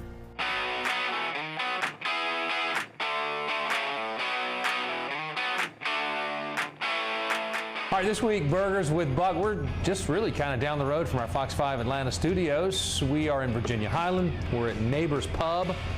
I'm hanging out with Adam, the executive chef. What's up, man? What's going on? How are you? Doing all right? Doing great, doing great. All right, you know, when you think of that, okay, I'm going to date myself a little bit. I remember coming to Neighbors Pub a lot of times back in the day. Place has been here a long time. Give us a little bit of the history. A little bit of history. We opened in 1985. Okay. Doug Landau's our owner. Him and his brother opened this place. I think it was their first restaurant. Yeah, so I mean, it's a cool place, and you think of it as perhaps a bar or a nighttime place, but what you may not realize is it's a good place to get lunch too for families, for anybody, right? Tell us about the lunch crowd. We have an open patio. We're real dog friendly. Bring your kids and enjoy the weather outside. Yeah. We have football on Saturdays, and Sundays. I mean, that's a great time of year to be enjoying the patio for sure. You guys don't really have what you would call a signature burger that you're known for, the Neighbors Burger. It's kind of a build your own philosophy, right? So tell us a little bit about your burger and what goes into putting one of these together. Well, we start with the double ground Angus beef. Wait. Don't you grind it every day yourself? Yes. Tell us about that. We grind it every day, fresh every day. It's an 8-ounce burger. Really juicy, really satisfying. What do we put on this one? Tell me about the one. I got classic cheddar bacon. Everybody likes a classic burger. We have a green leaf lettuce, a little tomato, a little onion. Yeah, as far as the menu, how popular is this? Oh, gosh. Do you have any idea how many did you go through? Probably about 200 or 300 a week. Really? Okay. Yeah. All right. I'm only going to go through one today. But, there's always tomorrow. There's always tomorrow.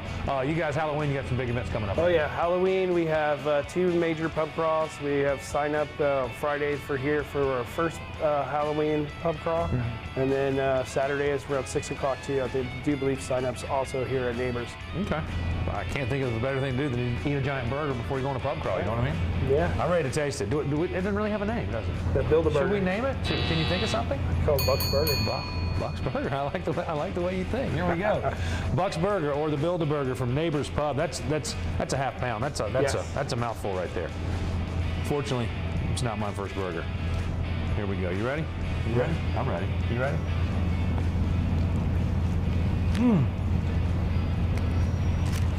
Come see us Friday, Neighbors Pub.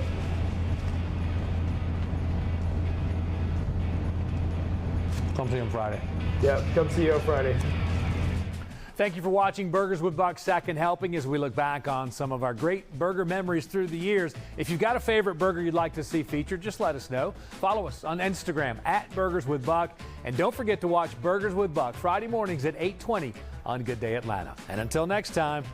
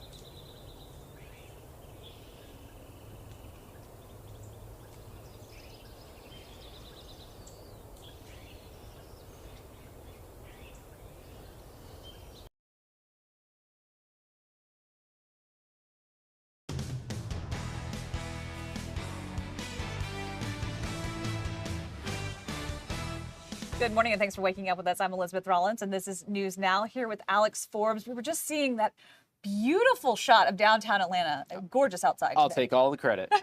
After last weekend, I think I deserve it, Yes, right? yeah, exactly.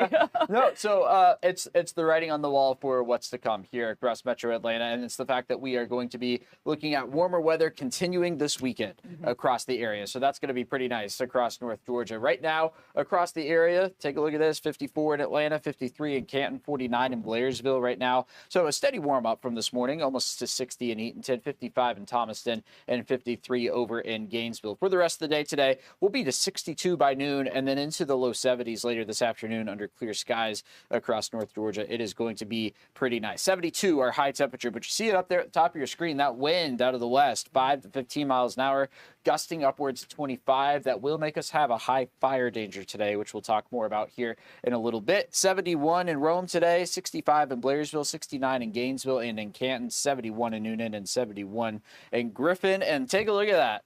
Does it get much better? 777. I'm loving this. You're bringing all the luck today. All of the good news. It's St. Patrick's Day luck, just a couple days late. So 72 on Saturday today, 77 tomorrow. And then even after a cold front on Monday, air quotes around the cold part will still be in the upper 70s after that. But this is the time of year where people start spending a lot of time outside. Golf courses are pretty popular. Pools start to become popular in some people's backyards. The UV index is something to keep in mind. Yes. So we're going to be in the high range today and tomorrow. A bit of a break on Monday. Meaning you need sunscreen. You need sunscreen, SPF 15 or above. All right. And we're not looking at summertime values, right? Like we're not in the purple, we're in the red in terms of that. And the reason why it's low on Monday is because of that 70% chance of rain here across parts of North Georgia. That's going to be a weak front, and that's going to be primarily Monday morning. So I'm thinking maybe a wet morning commute, and then 11, 12, 1 o'clock, it's gone, right? We have some clouds, but the rain is gone, and that's really our only rain chance over the next 7 days. So a pretty nice forecast, and you know what we're going to do? We're going to rub it in the face of all the Padres fans. I love it. Guess who's going to be warmer than San Diego? Oh, man. Us. It's going to feel pretty nice. Yeah, so the Braves season starts on Thursday, and the first 4 games are out there in San Diego. Then the Braves go to Los Angeles, and we are going to have nicer weather here. All those game So we're times. looking at their forecast, right? So yeah. and we're going to be in the 70s? We're going to be in the 70s while they're going to be in the 60s. Oh, man. Yeah, so that's going to be pretty nice. Here's our forecast, all right? So like 79 on Friday when it's 66 in San Diego. Wow. So that's going to be pretty nice. We'll just block out Monday's rain chance and pretend like it's not there. Otherwise, we got 2 thumbs up for the 7. Buy a lottery ticket with all the 7s. Right. I'm loving this. And definitely, you had the, I guess, look at the lake earlier. So probably a lot of folks out on the lake. But also be careful because we've got this whole wildfire situation. Warning. Yes. Yeah. So a red flag warning today across parts of North Georgia, and you and I were talking about it earlier off camera. We have seen wildfires already in North Georgia this season. Yep. Just go ask the people in Pickens County; they'll tell you about it. Yep. So this isn't a hypothetical, right? And I'll tell you what, everybody always thinks or says like, "Oh, well, it's not going to be me. Right. I'm not going to be the one to have a fire get out of control." Well, it's going to be somebody. So if you have prescribed burns today, I would do 1 of 2 things. One, I would have let the fire department know that you're doing it, and see what they say about it. And 2, look, if you have the opportunity to do it some other time, do it when it's not so windy. Right. Gusts of 25 to 35 miles an hour. While you might have good intentions of not letting that fire spread, the wind might have different intentions. So the wind combined with the low humidity and the warm temperatures today give us that threat. So it's something we'll keep an eye on through the afternoon. Am I very concerned about it? No, but we've seen it already this season, and if one person hears that this is going to be a threat today and they choose to change their plans, then it's worthwhile. Yeah, and this beautiful weather, a lot of people are going to be outside thinking about, oh, what can I get done? Maybe I need to start getting my yard ready for spring and summer. And so, yeah, it's very tempting and it's deceiving, right? Because we've had rain. So you think that, oh, okay, maybe we can have these, have a burn, but conditions are not for that today. Not today, but I tell you what, with the temperatures like this afternoon across Metro Atlanta and North Georgia, and the prolonged 70s, we've already seen one extremely high pollen day. That was on Thursday. Yesterday was high. I don't think we're going to get a reading today. They don't do it on the weekends until we get to the extreme high range, so maybe next weekend. But the pollen poof, yellow explosion is coming to North Georgia over the Well, next they little don't do while. the readings, but my car sure was Yes. reading yellow this Yes. morning. Yeah. And Tyler, who we'll hear from in a little bit, he was down in Forsyth on Wednesday or Thursday, the city of Forsyth, Uh-huh. and he was saying even just the difference from Metro Atlanta to down there was notable. Yeah. And it's the writing on the wall for the slowly creeping. Well, you're getting out of the northward Piedmont region and Right. into kind of the middle Georgia area. Very, very good. All right. Thanks so much, Alex. I hope you bring this luck to all the sevens every weekend. I'll try. We love it. Speaking of Tyler Fingert is standing by live. He is at the International Car Show in Atlanta. Tyler, good morning. Yeah, hey, Elizabeth, good morning to you. We are here at the Atlanta International Auto Show at the Georgia World Congress Center. As you can see behind me, lots of cars. And what you were just hearing from Alex Forbes, let me flip the camera around. He was talking about how it was in the city of Forsyth. And the reason I knew that the situation was bad with the pollen, the front of our car was covered in yellow. So, the pollen's bad when your car has the what my photographer referred to as the Georgia snow. So we're here at the International Auto Show, the 43rd annual one. I'm just showing you around. Fox 5 is one of the sponsors and has been out here the last couple days. We're out here yesterday, and then we'll be out here again all weekend. And we're just taking a look at some of the different vehicles, the new vehicles that are now starting to make its way onto the lineup for folks who are, kind of in the process of maybe looking for a new car or maybe just are interested in cars. And I want to bring in Brian Moody from Auto Trader and Kelly Bluebook. He is the executive editor. So we're here. This is really something for everyone. Maybe even if you're not looking for a new car, maybe a soccer mom who's looking for maybe a minivan or something. Right. What's so great about coming out here? Well, that you can see a bunch of different models all in one place, and that you can get inside and press the button, see how your kids fit. This family has their kids inside. You press the buttons, you see if the seats are comfortable, and you can do that for multiple models, multiple brands, all in one place, not driving from place to place across town. Okay, so we're here in the Dodge area. Let's pan the camera over here a little bit. Talk a little bit about, this is one you really wanted to highlight, this orange vehicle. And what's so cool to me about it is it's an electric vehicle, but it's like a muscle car. It is like a sort of modern version of a retro muscle car. It is fully electric, although a gas version is coming later. This one is the Dodge Charger Daytona. It's fully electric, but it does have an interesting feature. So even though it's fully electric and there's no engine, it does make a sound like a muscle car. Let's walk over. Yeah, so it sounds like, honestly, like something like a real car that you'd be on the road, Right. and sounds like a normal revving engine, what you'd see in a Exactly gas right. car. Because they want it to look, feel, and sound like a proper muscle car. So when you get that revving sound, you kind of feel like you have something cool. So what are some of the other things people can see here? I know we're walking over to the Toyota booth. A new vehicle this year, correct? And it's fully electric? Yes, so that was a fully electric Dodge Charger. We saw that little Fiat over there that was fully electric. If that doesn't work for you, try something like this. This is the Toyota Crown. It's a hybrid. Now, this hybrid makes its own electricity. You don't have to plug it in. It is a new model for Toyota. It's a sedan, but as you can see, it kind of sits higher off the ground, so it's not your typical sedan.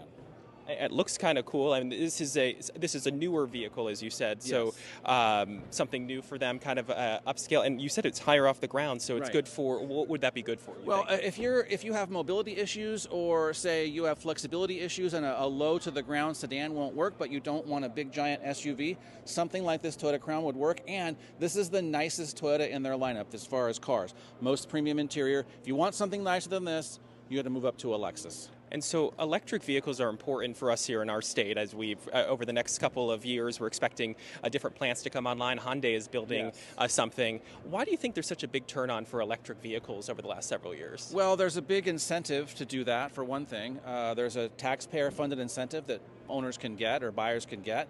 That helps. For some people, especially if you're living like in the suburbs, the cars work really great. Like if the average person drove an electric car, I think they would like it. The one that we're looking at here, which is a Prius, there's two different versions of a Prius, a hybrid or a plug-in hybrid. A plug-in hybrid is like you were talking about electric cars. It's the bridge between the two. You can plug it in and get electric only for a certain number of miles, or you can just drive it, and the typical hybrid Prius gets like 50, 60 miles to the gallon. We were commenting before we came on that this kind of looks like a Tesla of sorts, which is probably what they were going for. Yes. Now, if you know what the Prius is, like this silver one here is a Prius, and you think, well, you know, those are kind of hatchbacks, it's a hybrid, it doesn't look that great. This one is really great looking. It gets better fuel economy than before, it has more power than before, and it's way more stylish than before. I think what they did was said, we need to get some of those Tesla Model 3 customers into our showroom. Let's make a Prius that will get them here, and this is the one to do that.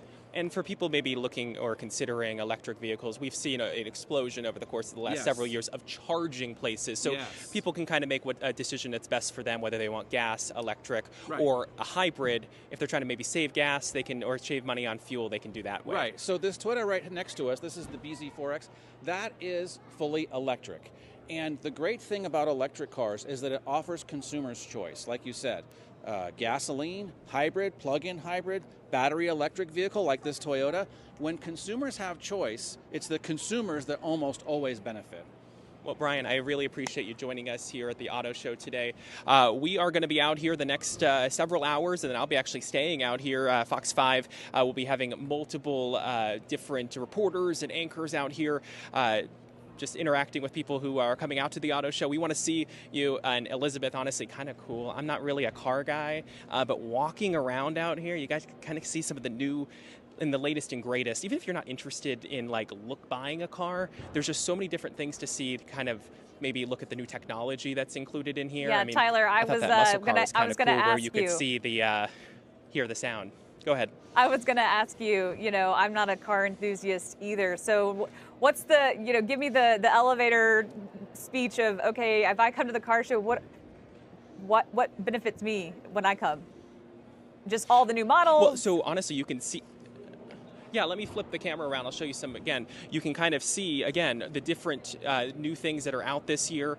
Maybe, I know, okay, so a good example is when I was looking for a new car years ago, I am a very tall person. I'm 6'3". If I was looking for a sedan, not one of these SUVs, so it's kind of hard for me to sit in here.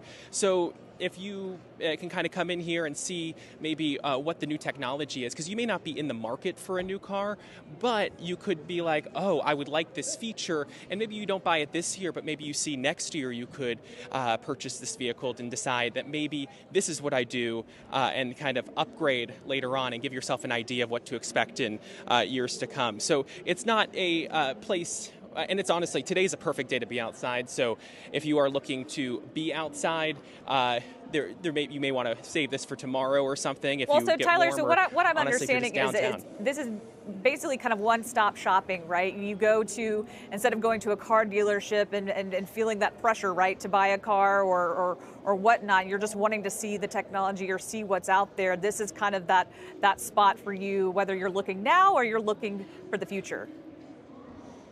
Oh, that's exactly right. I mean, we have Toyotas right in front of us. We saw Dodge and Chrysler right over there, Jeep in the back, Nissan, Kia, I think Hyundai's back over there. You have pretty much everything that you might want to see. And so you can kind of come out here and be like, do I want an SUV? Do I not want an SUV? Do I want a sedan? And then you can talk to some of the sales representatives who can tell you, well, maybe a hybrid may be your best bet if you drive long distances, or maybe electric vehicle is what you want to go with. And as we were talking about during that interview with Brian Moody from Auto Trader, he was saying that the electric places where you can fill up or, I guess, charge up your vehicles have exploded in the last year. And then also, the car industry is very big in Georgia. If you're not familiar, we have Rivian coming here. Next Wednesday, Hyundai will actually be grand opening their new plant over near Savannah, which is going to develop, going to assemble those electric vehicles. So this is a huge industry for our state. It's not just in the northern part of the country anymore. We have Hyundai already over in Alabama. We have Kia over in West Point area. And then we're going to have another Hyundai assembly plant over in near Savannah. So this is a huge industry for our state. It and really so it's is. nice to be able to support and be able to see all the different things here. Thanks so much, Tyler Finger. We'll check in with you in just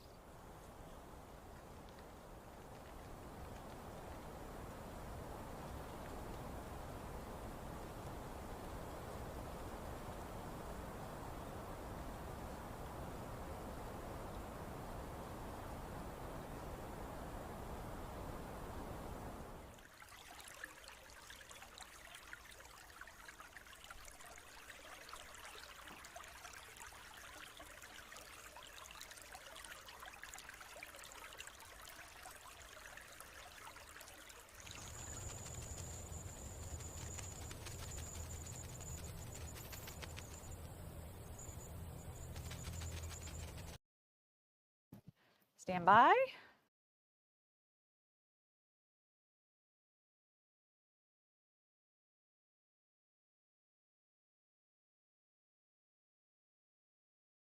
And welcome back. I'm Elizabeth Rollins, and this is News Now. Thanks for joining us. We continue to follow all news around Atlanta. We actually want to go to our Eli Jordan, who he was at a 5K race earlier this morning. Now he has transitioned. He is now at a diaper drive, the first ever diaper drive. Eli, good morning. Hey, good morning, Elizabeth. Yeah, I'm at Pace Academy. We're helping mamas are having a diaper drive. They got the truck out here in the parking lot. If you got some diapers or something, bring them all along. And I'm going to talk to Jamie Lackey here, who is part of helping mamas. Hello, Jamie. How are you doing this morning? I'm great, thanks. How are you? Doing all right. So tell me, what are you guys doing out here at Pace Academy? So on March 17th, we launched our first ever community diaper drive. And so today's our collection day. So we have donation sites at our office and at Swift School as well. And we're here at Pace to collect diapers for this part of this drive. So I guess what people do if they want to help out. So if you want to help out today, you can come by Pace Academy, Swift School, or our Helping Mamas Norcross office from 10 to 12 today to drop off diapers. Or you can go to our website, helpingmamas.org, and there's a link that you can purchase diapers and have them sent straight to us. We're doing this through the end of March. And you got started Monday, correct? We did start Monday. It's been a great kickoff. I know we're getting close to 20,000 diapers that we've collected already, and we still have the rest of the month to go. And so what is your goal? Our goal is 100,000 diapers. That should be enough for maybe one baby. Yeah, it feels that way a lot of days. And with the cost of inflation and how expensive diapers are, we had to, move up our diaper drive and our diaper efforts earlier in the year this year because families are struggling so much. And so, I mean, you're a mom and you know what it's like. Just tell me, why is it important for, a family to be able to not worry about changing a baby? Absolutely. So diaper need is something that affects 1 in 2 families in our country, meaning they can't afford an adequate supply of diapers. Without diapers, you can't go to childcare, and without childcare, parents can't work. And there's currently no public assistance programs that allow for the purchase of these items. So without diaper banks like ours, you wouldn't be able to get diapers if you're a low-income family. And sometimes these diapers are costing almost a third of their income. Now, if I'm in need of diapers, what should I do? If you need diapers, you can check our website out, and there's a button that you can push that says Need Help, and you can find the locations where we have diapers at, or when we're going to have a mobile distribution drive. Tell me your website. HelpingMamas, MAMAS.org. And so if people want to donate, what kind of diapers should they donate? Do we need the infants or the 1-year-old, 2-year-old? Tell me about that. All diapers are welcome, but larger sizes are always in need. So sizes 4 to 6 are always in our biggest need range. So tell me, how much are you got some diapers right there in your hand? How much does this go at the grocery store, would you say, offhand? This one probably goes for around $25, but it doesn't. You can see there's hardly any. There's not very many, and they're 29 diapers. And most infants go through about 8 to 10 diapers a day, so these don't last very long. A bigger box of diaper costs around $50 right now. That's expensive. That's a lot more than I remember paying 29 years ago. So much more expensive than when my kids were little. So much more. So tell me one more time. If I got some diapers, what should I do? Or if I got some money, extra money to spend, what should I do? You can go buy diapers, and you can drop them off today, 10 to 2 here at Pace Academy, 10 to 12 here at Pace Academy, or 10 to 12 at our office or at Swift Academy in Roswell. Or you can go to our website, find the link, and send us some diapers via our link on our website. And tell us the website one more time. HelpingMamas.org, MAMAS.org. HelpingMamas.org. Awesome. So, yeah, come on down here, bring some diapers, help out people that might, need some help changing their babies so they can get to work, send their babies to the, daycare and all that. And you'll be helping a lot. This is a bigger help than you can imagine because, I'm a dad. I remember what it was like. Diapers were a pain in the butt, so Eli, to speak, are you able to have to pay for? Eli. Yes. Are there diapers already there? Have they received a lot of We donation? have some diapers here. Can Ladies, you show to us? see all the diapers, show me the diapers. Show me the diapers. We got some diapers. We need more diapers. We want to fill up this truck. We really want to fill up this truck. So I say come on down here to Pace Academy. We have a long way to go. We need diapers. Yes. We got until 2 o'clock. Is there a particular size Come down that here they to need? Pace Academy and look for this big pink van. I love the pink and, van. just bring some diapers down here. Bring a case of diapers Is down there here. a Bring particular several cases. size that they need? Oh, well, they say 4 to 6 months. 4 to 6 months, right? 4 to 6 size, 4 to 6. Those are the main ones that people need. So size 4 to 6. And so just bring a bunch of diapers down here and donate it, and you'll be helping out your fellow citizen here in Atlanta. How cool. I mean, really, the fact that this is the first ever diaper drive for the metro Atlanta area means that there's really a need for this, right? Yeah, correct. Yes, and if you need it, if you need help, go to helpingmamas.org. Click, look for the link that you need help. Go there, sign up, and they will help you out. But they also need some diapers. They need help, people that can donate, to bring some diapers down here, like I said, to help our fellow citizens here in Atlanta. Yeah, and just the economy right now, diapers, I didn't realize how expensive they are. I know, they're very expensive, but we need to fill up this truck. Like I said, we're out here, Pace Academy up in Buckhead, and so come on down here and help out some mamas. All right, thanks so much, Eli Jordan. As always, we'll check in just a bit. Meanwhile, we want to turn now to Alexa Liacco, who is standing by live. She's been covering the breaking news from Heathrow Airport. Well, she's not in London, but the London airport caught fire yesterday, and that's been impacting flights worldwide. Alexa, good morning. Hey, good morning. If they want to send me to London, the good news is now that Heathrow is back open and functioning. So, bosses, if you're listening, we can get out there and do an on-the-ground report. That was really welcome news to travelers after the airport being completely shut down for 18 hours. London Heathrow is the busiest airport in Europe, so that's basically their equivalent of Atlanta Hartsfield-Jackson shutting down for 18 hours, completely at a ground stop, all because of that electrical fire that started at a substation about 2 miles away from the airport. We want to show you a little bit of that video of what it looked like. This started late Thursday night, went overnight for about 7 hours. Airport officials say that cooling oil caught on fire, about 5,000 gallons of it. So transformer blew and it was burning for hours and hours. That, of course, caused the entire airport to lose power and shutting down, canceling completely more than 1,300 flights, stranding 200,000 travelers with nowhere to go but to just sit and wait. Flights that were in the air had to be diverted. There were flights from here, Hartsfield-Jackson, that were in the air going to London. They had to divert. One landed in Amsterdam. The ones that had not taken off had to be canceled completely. And I want to take you and show you the board here now today, because we're even still feeling those effects right now. See if I can do a little bit of a zoom in here. You can see London Heathrow. There's one flight at 6:15 that's on time. The flight at 7:40 that's delayed. So we're still seeing a delay here and kind of spattering effects of that shutdown. But the officials at London Heathrow say they're expecting days worth of delays. Yesterday, 200,000 people impacted. They say as many as 200,000 people could be impacted by delays or cancellations today.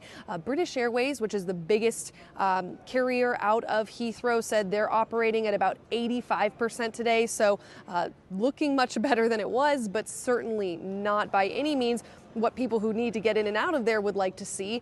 Hours and hours of delays. People are having to, just completely cancel their trips. We did hear from some travelers who said they got to extend their vacation when their flight got canceled out of London. So those people were the lucky ones. I talked to some travelers here. Nobody wanted to go on camera. Everybody was being a little shy this morning when I pulled the camera out, but they did say, thank God I'm not on those flights, and thank God I didn't need to go to London today. That was kind of the consensus of, you know what, we're lucky to get out of here. So people definitely feeling grateful that stuff here at Atlanta Hartsfield is running pretty smoothly. I'll show you. Alexa.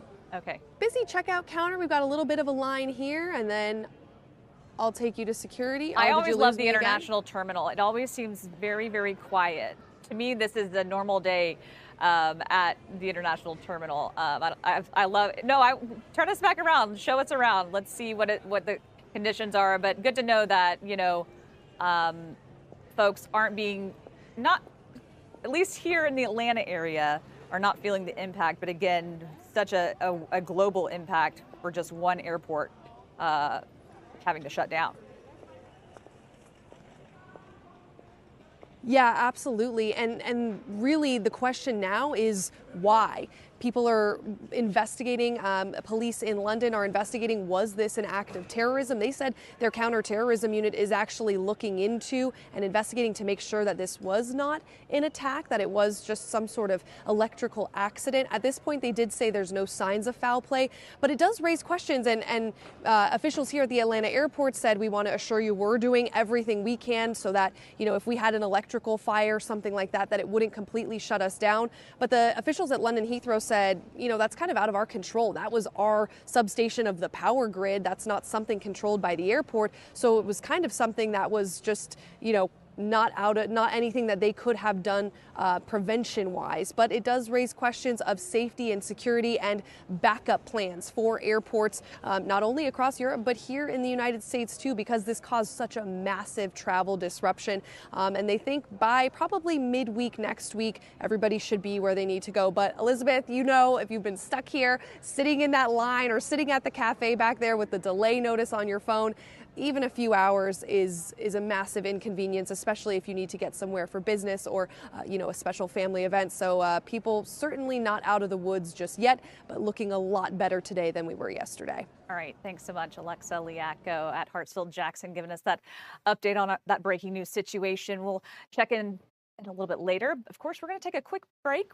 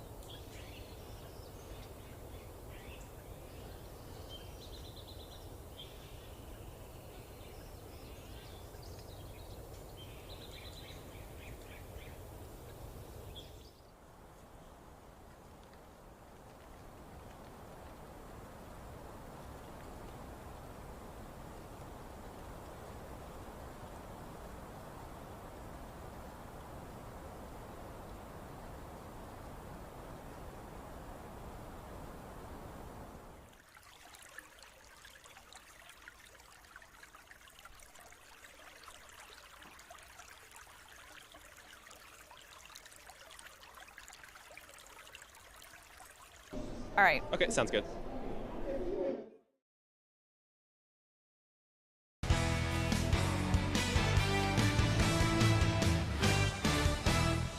Good morning and thanks for joining us. I'm Elizabeth Rollins and this is News Now. We are tracking some lovely weather outside. Let's check in with Alex Forbes. Alex, good morning. Good morning, Elizabeth. Temperature's almost at 60 now. We just got the 11 o'clock reading in at Hartsfield-Jackson, 59 the current number, 58 in Covington and in Eatonton, 59 over in Athens, 64 in Clayton, 55 in Canton, and 56 over in Rome right now. Check out what's going on here in the pollen count department. 503. Now, technically, this pollen count was from yesterday. I'm waiting to see, in fact, given that it's 11 o'clock now, I don't think we're going to get one today, but maybe next weekend. They pick up the weekend days when we get into the really high range. But yesterday, or 2 days ago, we were in the extremely high range. So we're getting into it. The pine, the oak, the juniper, sweet gum, hackberry, and grass, that is. The mold is low here across North Georgia. And when we're talking about what to expect here over the next several days, I mentioned it. Our first extremely high day was on Thursday. 1551 was our count. I expect to see more of that in the days to come, the next several days and weeks. And this timing is about average, late March and early April here across North Georgia. As for today, there we go. Looking pretty nice across North Georgia. Temperatures low 70s, wind out of the west-northwest 10 to 15 miles an hour. 72 today in Atlanta, 72 in Tucker, 74 in Stonecrest and in Conyers, 74 in Jonesboro, 72 up in Kennesaw. Down on the south side, 74 in Greenville, 76 Monticello and in Eatonton, 75 up in Madison. And then up to the north, we've got 68 in LJ, 69 in Dahlonega, 71 in Canton and in Cumming, 72 in Roswell, and 74 over in Rome. Here's what this looks like on the hour-by-hour forecast model now. You see that wind continuing through the day today, gusts upwards of 25, 30 miles an hour, just below wind advisory criteria with temperatures in the low 70s. And then into the night tonight, we are able to drop back down into the mid-40s before we rebound into the mid to upper 70s for tomorrow. But then a weak front begins to push in, and that weak front is going to bring some scattered showers across North Georgia for your Monday morning commutes. I increasingly thinking that it's likely that there's showers rather than storms. Then that gets on out of here before the noon hour. Still up with some cloud cover, but we will clear out by the time we get to Monday night, with temperatures still even behind this cold front, making it into the 70s across North Georgia. So 72 today, 77 for tomorrow. Here comes your overnight and morning shower chance Sunday into Monday. We'll go 77 on Tuesday under some sunny skies. And then once we get past that speed bump on Monday, I mean, look at that. All sevens across the board. Cool mornings, warm afternoons. A pretty nice forecast if you ask me. And Elizabeth, I think I'll just stand in front of this so that it looks nice across the board. Right, that one little day has to disrupt such a beautiful, beautiful week. But again, right. I'm loving the sevens. I'm saying it's a lucky week. Somebody go buy a lottery ticket, because I never have that luck. But someone will have, hopefully, some good luck. Thanks so much. Meanwhile, we are following the International Auto Show, which is happening at the Georgia World Congress Center. We want to go to our Tyler Fingert, who is standing by live. Tyler, good morning. Hey, Elizabeth, good morning to you once again. If you're looking for something to do here, let me flip the camera around. This is the thing to do where you can see just about all the different types of vehicles you might want to see. We showed you earlier Dodge, then showed you a Toyota. Now we're showing you a Nissan, and I want to bring in Brian Moody from Auto Trader and Kelly Blue Book. You showed us some of the other vehicles. Yeah. Why did you want to spotlight this Nissan? I think it's all new, right? Well, yes, that's true. This is the new Nissan Murano. Of course, they've had the Murano for some time, but this has been completely redesigned. It's a little bit more upscale now. You can tell by the way the body looks. It has these nice big wheels on the side. It's also interesting because it's now powered by a 2-liter turbocharged 4-cylinder engine, which still has plenty of power, but gets better gas mileage. So if you look in the interior, you can tell the materials, the design, the textures, the patterns, all that looks like a high-end car, even though this is still available at your Nissan dealer. And let's walk over to Kia real quick, because some of those are actually made here in Georgia over in West Point, so not far from us, and this is actually a good place for people to come if they want to be able to see multiple models from all these different places. I mean, as this is the Kia booth over here, Toyota's just across, we see Dodge, Chrysler, we just saw the Nissan. So as we walk over here, why do you think people should come on out here? It's something to do for the kids, but it's also a chance to see... Right, look at this van right here. Here's one good reason right there. You just bring them, and they'll get in the car and do what they're going to do and see if that's a car that's going to work for you. That's the whole point of coming to an auto show. You're not going to get in trouble. You're not going to be yelled at for making fingerprints. That's the whole point of the show. Plus, there's vehicles like this Kia EV9 that we're looking at. This is a fully electric 3-row SUV built here in Georgia. So if you're looking for an SUV that has 3 rows, but you're not finding many choices that are electric, you're not alone. There aren't that many of those. This EV9 is one of the few. It's built here in Georgia, and it's a full battery electric car, so make sure you have a place to charge it up. What do you call the front up here with no engine? Oh, that's the frunk. The frunk. I love that term. If you want to put some, like, let's say Christmas shopping, this would be good for. You could put some hidden gifts, or you want to surprise your significant other, hide it in the frunk, and they're never going to see it until comes time to open it. And so this, both of these cars right here, or actually all four of these cars in front here, were built in Georgia. So this is good for the economy of our state to support maybe Kia because of the fact that it does add so many jobs for people who maybe are our neighbors. Yes, that's true. Kia and Georgia have a great partnership in West Point. They took it upon themselves years ago to say, hey, we need to bring some manufacturing to some cities here in Georgia. The West Point facility builds the EV9 we just saw, the Telluride that we're looking at right now, also a 3-row SUV, the Sorento, and also the Sportage. So these 4 SUVs that you're looking at here, if you come down to the auto show, all built here in Georgia, all contributing to the tax base, all providing good jobs for our neighbors. And then electric vehicles are obviously really important for the environment and things like that. Hyundai is about to actually do a big plant. Are you seeing a lot more people going electric or going hybrid to try to maybe be better for the environment? You were telling me a stat earlier that you guys, people are choosing maybe hybrid over electric just because it works better for them? Yes, about 50% of people we surveyed said that they wanted to consider the environment on their next purchase. Now, what that means exactly doesn't just mean electric. It could mean a hybrid. It could mean a plug-in hybrid. Georgia is well positioned to make the most of that with their new Meta plant near Savannah, plus the Kia factory in West Point. It's almost like Georgia is about to become this sort of like hub of the automotive business. And look at the cars they make. These are good-looking cars. I've driven many of these. They're smooth, they're quiet, they're reliable. It's worth checking out. Well, Brian, I really appreciate you joining us out here at the auto show today. Tyler. And again, you can see so many different options. And Elizabeth, even though the weather is kind of nice, today might actually be a good day to come out here. As he mentioned, if you have kids, this could be a place to tire them out. Tyler, we were talking earlier that give me the 30-second elevator speech of like why this is important for the consumer, right? You don't have to go to a dealership, right, to sort of see what you like, see what you don't like, and feel kind of that pressure that you would feel. Yeah, so right behind me, you see an electric car. Right next to it, they have a gas-powered car. These are these are Kias rather. And if we just turn a little bit this way, you'll see one-stop shopping. Toyota right here. Yeah, different brands. I see a brand new brand over here that I've never seen before. I don't see the name, but he was telling me, I think it was Ioniq. Or Ineos is what he called it. Ford, all the different brands you might want to see. And it's, again, a good place to bring the kids, let them experience different things. Sure, especially if you've got a family that you want to kind hybrid.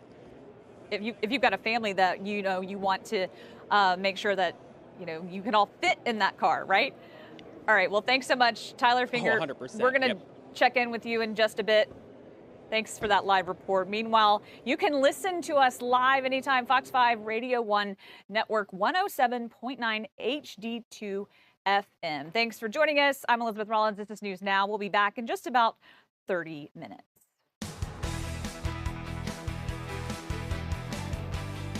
Different topics to discuss here as these developments do keep happening in the Middle East. Can you explain for folks out there what Qatargate is? We've heard about this a lot over the last 24 hours or so. Can you break down what that even means? Well, I think what you've got here, Josh, is you've got a mess.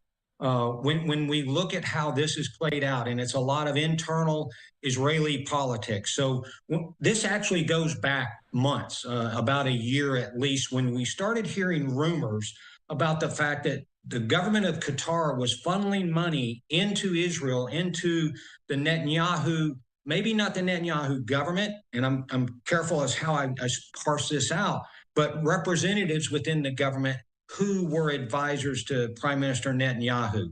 Actually, suitcases of cash that Qatar was pushing through to have Israel come out and at least publicly talk about the positive aspects and the positive involvement of Qatar in the negotiations, but also in our broader Middle East capability. And this kind of started to break open this week when you saw a lot of what happened. 2 individuals were arrested.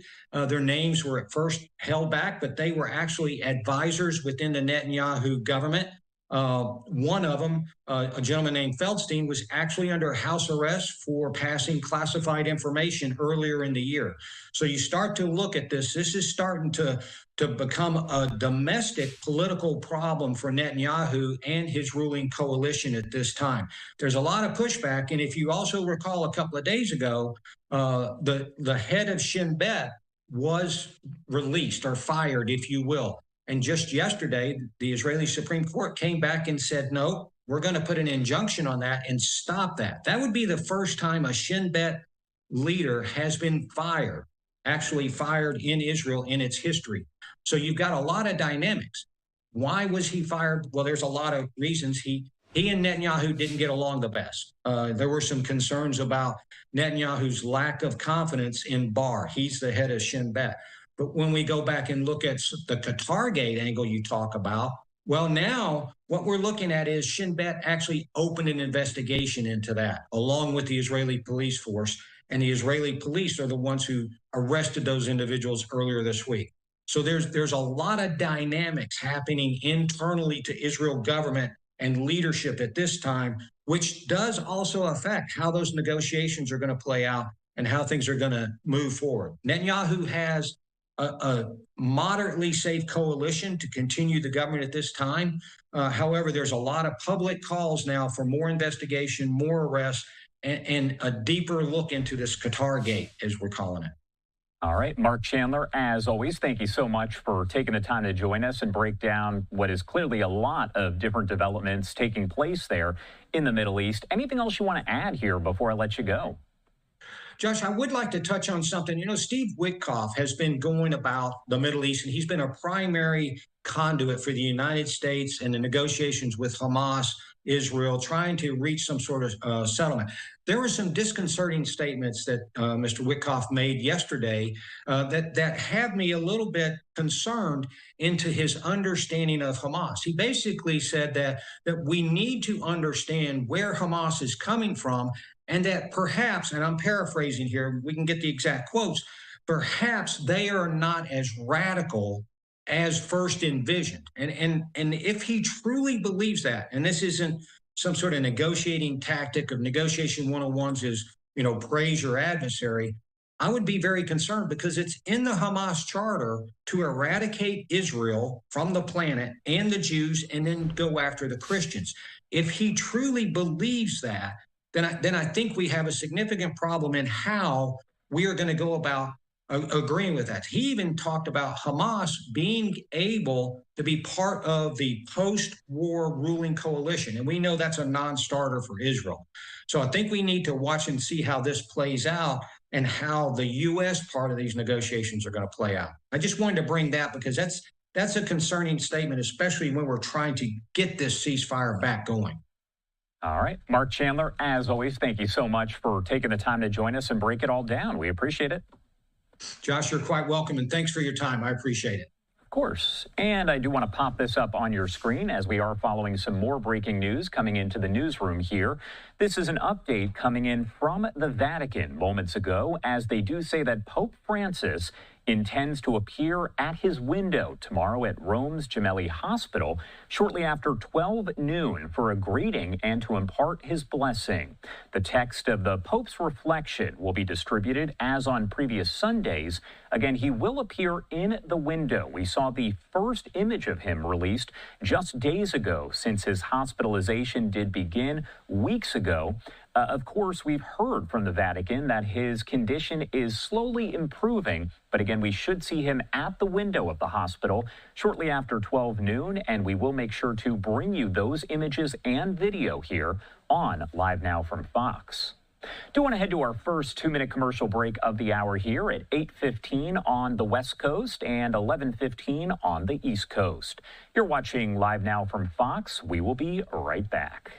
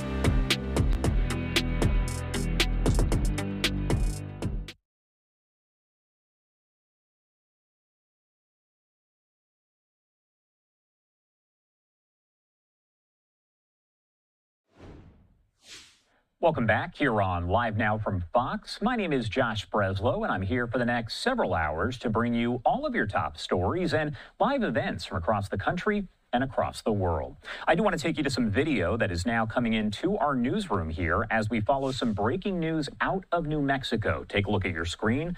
Police over in Las Cruces are investigating a mass shooting, but details at this point fairly limited. Again, take a look at your screen there. First responders called to reports of gunfire and possible victims near the parking lot at Young Park. If you are familiar with the area, and you can see the parking lot taped off on your screen. Officers say there were, quote unquote, multiple gunshot victims, and most were taken to area hospitals while others were transported to a hospital in El Paso, Texas. The number of victims unclear. Police did label this a mass shooting, but will not say how many victims there are, how many were wounded, how many may have been killed. Again, this is very early in the investigation, so we are working with authorities to figure out a little bit more. Now, police in Las Cruces working alongside New Mexico State Police, the county sheriff's office, the FBI, and agents with the Bureau of Alcohol, Tobacco, Firearms, and Explosives. They are also requesting anyone who does have video of the events that occurred there at Young Park, particularly video that shows the shooting or possibly people there with guns, to submit the video so investigators can analyze it, they say, and help develop a better understanding of the incident. Police making a brief statement at the scene, and I do want to play that for you now. It's only about a minute and a half in length. I'm ready, okay? Rolling. Yeah, hi. My name is Dan Trujillo. I'm the PIO for the Las Cruces Police Department. Shortly after 10 p.m. Today, Friday, we were called to Young Park in reference to shots fired, possible victims of gunshot fire. We arrived and found multiple victims. They've been transported to local hospitals, some to El Paso, and we don't have the extent of their injuries right now, but we are investigating. We're receiving assistance from New Mexico State Police, from Doña Ana County Sheriff's Office, and from ATF. Right now, if anybody has any information and they have not already talked to law enforcement, they're asked to call Central Dispatch 575-526-0795. And that's pretty much all we have for right now. And as far as families is there a good spot for them to go, or what is the best advice if they feel they are? You know, the best advice might be for them to call Central Dispatch, because we're trying to keep people away from here. We don't want any more people that are than are already out here. So they can call Central Dispatch at that same phone number, and we'll try to send somebody to go talk to them. Do we have numbers about how many people? No, not right now. So again, all we're saying is multiple gunshot victims, but we'll try to get all the numbers. Any fatalities confirmed? You know, I don't have that information on me right now. So again, we'll try to get more information either later tonight, more likely tomorrow, and also keep track of LCPD's social media, either our X account or Facebook. Okay? Thank you. And that was a news conference, again, very, very brief, at the scene, provided by KFOX. Now, we do have Las Cruces Police Department posting here on their Twitter or X page saying police are investigating a mass shooting that occurred Friday, March 21st. So overnight, near Young Park. Limited information at this time. They do say call 575-526-0795 with tips or info on any possible suspects. They are going to provide updates on their Facebook page, and no question, we are going to bring you all of those updates. If we do see a news conference called at some point today, and that does sound as though it's likely, we'll bring that to you here on Live Now. But again, Las Cruces Police investigating a mass shooting there in New Mexico. Details, though, as you heard, fairly limited. This all taking place in the parking lot at Young Park, if you all are familiar there with Las Cruces overall. Multiple gunshot victims, most taken to area hospitals, others transported to a hospital in El Paso, Texas. Police labeling this a mass shooting, but again, we don't know the number of victims wounded or even killed. Again, we will keep you updated right here on Live Now from Fox as we do get more information. For now, I do want to head to a quick 2-minute commercial break at 8:22 on the West Coast, 11:22 on the East Coast. You're watching Live Now from Fox. We will be right back.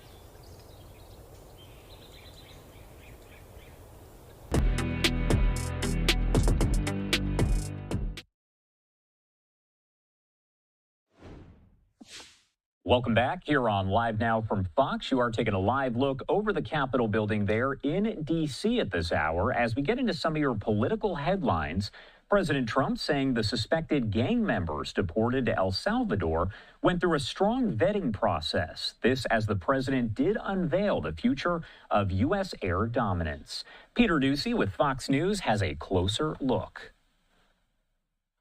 We can't let a judge say that he wants him. You know, he didn't run for president. The president continues arguing he's got the authority to deport alleged gang members, and Judge James Boasberg does not have the authority to stop him. And we just can't let that happen. It'd be so bad for our country. The president is also claiming these alleged gang members are terrorists, in the same category as people vandalizing Tesla property nationwide. The people that finance it are, in my opinion, in just as big a trouble as the people that are setting the match and setting the fires. If Tesla vandals are arrested, the president suggests they could serve time in the prisons of El Salvador, which have become so recently famous for such lovely conditions. They could get 20 years in jail, and they'll get it. I'll tell you, there's going to be no leniency and there'll be no pardons. As the president and the defense secretary unveiled a new 6th-generation fighter jet, the Boeing-built F-47. So secret, this is all the Pentagon can show? I was wondering, how much are you going to show if they came in with that? You see a wheel in the front? That's about it. Elon Musk took Doge to the DOD for an in-person meeting, and DOD officials disputed New York Times reporting that he would be shown China war plans. On the record, that is completely fake. Elon Musk is just coming over here for a visit. Musk writes, I look forward to the prosecutions of those at the Pentagon who are leaking maliciously false information to the New York Times. They will be found. The president explains why Musk shouldn't know about U.S. military posture towards China anyway. I don't want to show that to anybody, but certainly you wouldn't show it to a businessman who is helping us so much. President Trump also appeared to learn in real time that rescued NASA astronauts didn't get overtime for all the extra time in orbit. They got $5 a day per diem. For 286 days, that is $1,430 in extra pay. Is there anything the administration can do to get them, to make them whole? Well, nobody's ever mentioned this to me. If I have to, I'll pay it out of my own pocket, okay? I'll get it for them. I'll take care of that. I like that. At the White House, Peter Ducey, Fox News. Peter, thank you so much. And I do actually want to head to some of the comments that were made by President Trump as he was departing from the White House just yesterday. We know he does have a fairly busy day today, so it's likely we'll hear from him again. But here are some of the comments that he made, very brief, as he was leaving the White House and spoke to reporters. Ceasefire. Did you give Putin a deadline for the ceasefire? Not a deadline, but I think we'll have one. I think, they're going at it pretty heavy right now, as you probably saw, both of them. But I think we'll have it done fairly soon. President Trump, did you fill out a NCAA March Madness bracket? I didn't. I should have. Have there been upsets? A couple, right? Too late now. A little bit late. Did you talk with Hegseth? I can give you one, but maybe backdated, right? Are you at all concerned that anyone on those deportation flights on Saturday was not Let me see if I can. not belong in that prison? Are you concerned about Well, they checked them very carefully. There's some bad people on those flights. Why would you impose sanctions on Russia after Putin rejected your ceasefire offer? He didn't reject anything, and they do have sanctions. They have a lot of sanctions. They have just about more sanctions than anybody. Plans for the military? It doesn't sound like this judge, who the DOJ is arguing with today about the deportation flights. He wants to know why the proclamation was signed in the dark, his words, and why people were rushed onto planes. Because we want to get criminals out of our country, number one, and I don't know when it was signed because I didn't sign it. Other people handled it, but Marco Rubio's done a great job, and he wanted them out, and we go along with that. We want to get criminals out of our country. If there was a flight like tonight with these guys, even though it's still being litigated, if there was a flight tonight full of accused gang members, and somebody called and said, Mr. President, I know that this is still being adjudicated, but we can get these guys down to El Salvador right now. Would you say that that's okay? I would say that I'd have the Secretary of State.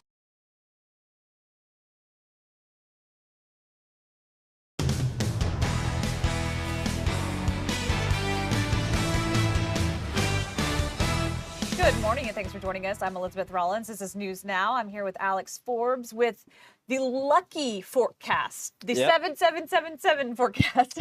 Even a 70% chance of rain in the mix as well. The good news is that's not today or tomorrow. That's going to be more of a Monday thing across North Georgia. But yeah, 70s today, 70s tomorrow, 70s the day after that. I love it. The day after that one as well. And you just keep going down the 7-day forecast. And we got a lot of sevens for you. So let me take you to, we'll start with the rain chances here. And this is going to be in Metro Atlanta now. And even that Monday rain chance, that's going to be during the morning hours. So it's not going to be an all-day thing, luckily, across Metro Atlanta and North Georgia. All right, let's talk about the temperatures and where we stand right now. We're in the 60s now, getting into the 70s later this afternoon as we work our way towards the top of the hour. 70s are going to be around for a couple of hours this afternoon before we see another dip in the temperatures later on tonight across the area. That's going to put us in the 40s and 50s to start tomorrow morning. But then that sets the stage for 77 tomorrow afternoon. We do see a weak front on Monday. That's what's driving that rain chance that I was talking about. But still, that front only drops us from 71 or from 77 down to 71. So, cold front, air quotes around the cold part as we work our way into the middle part of the week. The cold front's also going to drop our UV index on Monday. You're going, why in the world are you talking about a UV index? Well, because it's beautiful outside and I already want to go swimming. Exactly. Well, and this is the time of year where people start to get into the 70s, you're wearing short sleeves, and you forget, because it's not necessarily hot outside, you still have a UV index. And it's nothing crazy, right? 7's a high UV number, but it's not very high. We're not in the purples yet. But, it's something that's happening. And whenever we start talking about this, it's the writing on the wall. For baseball season. Oh, yes. And we are going to be time of year. Exactly rubbing it in the face of all the San Diego people. We are going to have better weather in Atlanta than the Braves are going to have out in San Diego. I love it. They're going to be stuck in the 60s. Okay. Mix of sun and clouds. Now, I wouldn't argue that that's San Diego. These are numbers for San Diego. I'm sure. Yeah. Still a nice day, but we're going to be warmer. So, jokes on them. We're going to be in the 70s once again, back with that 70s. Exactly. And we don't waste any time, right? We go there today. We're going to be there tomorrow. And I wasn't kidding when I said the day after that, the day after that, the day after that. And it just keeps on going. I love it. And all I can think about is, is it going to be perfect enough to lay out? Can I go lay out? Yeah, probably. I know I need to put some sunscreen on, so that's important, but maybe Tuesday. And maybe Wednesday. Tuesday. Maybe not Thursday. Maybe too cold to start to get in the pool, but maybe just laying out. All right. Although in my apartment, I did see some people get in a couple days ago. Oh, yeah. I would not have, but to each their own. All right, Alex Forbes, thanks so much for joining us. All right, meanwhile, we want to turn now to Tyler Fingert, who is standing by live at the International Auto Show at the Georgia World Congress Center. Tyler, good morning. Hey, Elizabeth, good morning to you once again. I'm checking out all the brand new vehicles that you can see. There's multiple brands here. Right in front of us is Infiniti. I'll flip the camera around real quick. You can see a lot of folks out here. Just across is another, this is a newer brand, Ineos. They actually have some Atlanta locations, or at least an Atlanta location from my understanding. And then you just, again, the Infiniti right here. And that's the cool part. Ford is just right along the other side, right over there. And so Nicole was nice enough, said she would talk to me. You're from the Atlanta area, you live here. Why are you out here today? You have your kids out here. Why was it important for you to come on out? We're actually looking at purchasing a car in the near future. So we heard that the Atlanta International Car Show was going on, and we got ourselves some tickets. And we're out here just looking and seeing what car we like the most for our family. I saw you in a couple different vehicles. I mean, this is a chance for you to do everything in one place, so you don't even have to go to multiple car dealerships. Is that better for you? Absolutely. We've actually been in the last few months to a lot of different car dealerships, and this just makes life a lot easier. So I love it, and we just got finished seeing the Infiniti QX80, and I'm in love. But yeah. And then you have your daughter was in the back of the vehicle. It's a good way to tire out kids too while you're actually car shopping. Yes, she is definitely getting her steps in, and my little one is very busy herself. But yeah, we're having a really good time, and I'm glad that she's busy, and we have something to do for the family on the weekend. So. Well, Nicole, I really appreciate you talking with us. I hope you're able to find that car you're looking for. And again, you can see, multiple different car brands here. We just saw the Infiniti. She said she was in the QX80 talking to a sales representative. And that's the cool thing for her. She was able to talk to, I think, Ford and to Nissan, Toyota, and then just ended up at the Infiniti area. So we're just walking around over here, and I will say there's one extra cool thing. I don't know if they're actually doing it right now. I was hearing cheering earlier. I believe I think they're on a break right now. There was like a BMX, they were on a bike up on top of like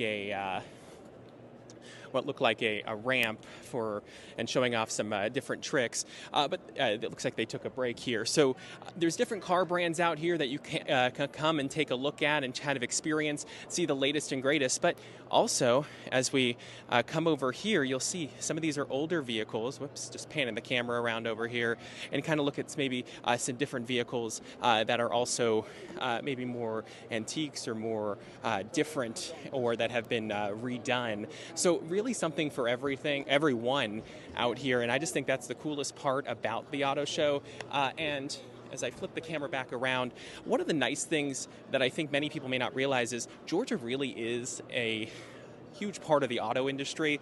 Kia has a plant in West Point where they do the final assembly of multiple vehicles. Hyundai is about to open up one near Savannah on Wednesday. So it's a huge economic impact and economic driver. Obviously, this is more so you can figure out what you want to buy or maybe what you want to be able to it's one-stop maybe look at your shopping. next car, whether it's electric, gas, or hybrid. Yes, exactly right. Run-stop shopping. And again, even if you're not looking for something specific, it's a chance to be able to kind of get a good look at maybe whether you want an SUV or whether you want a hybrid or whether you want an electric vehicle, because those are big things. And I'll flip the camera around one more time just because I was able to walk over there in that time while we were talking. It looks like there's something for Look everyone at these older, there. I love the classic cars. If you're a car fan, I know you're not a car fan. I'm not a yeah, you're not a car fan, Elizabeth. But I know that there is definitely a following out there of classic cars and even new cars and cars galore. So there's a little something for everyone there. Well, yeah, and I just want the safe car. That's all I want. I want an SUV that's safe.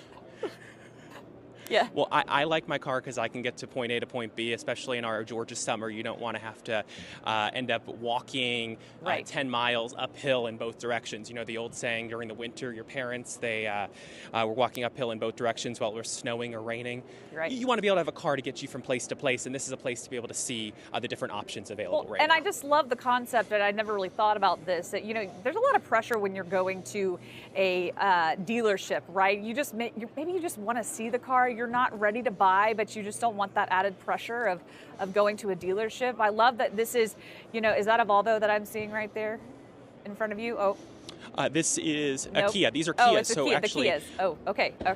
I got distracted. Yeah. But yeah, this is a great place for you to sort of kind of come and do that one-stop shopping. You know, what do I want? What do I not want? You know, is my family going to fit into it? So I love that you know, it kind of keeps the pressure down, right? And yet kind of gives you that flexibility.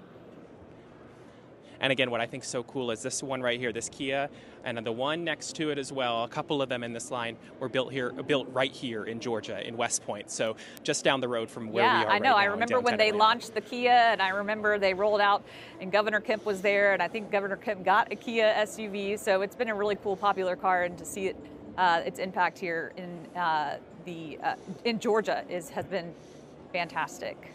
You have a great assignment today. Yep. What's your favorite so far?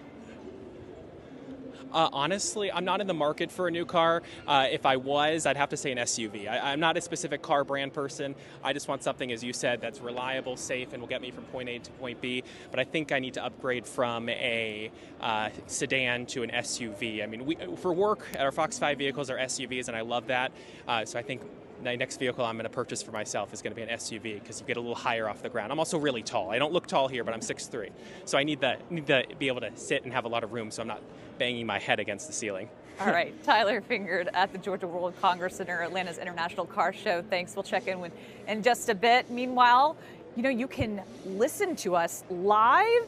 We are now on the Radio Fox 5, Radio 1 network, 107.9 HD2 FM. Check it out. You can also download our Fox Local app and live stream us there. Thanks for joining us. I'm Elizabeth Rollins. This is News Now. We'll be back in just about 30 minutes.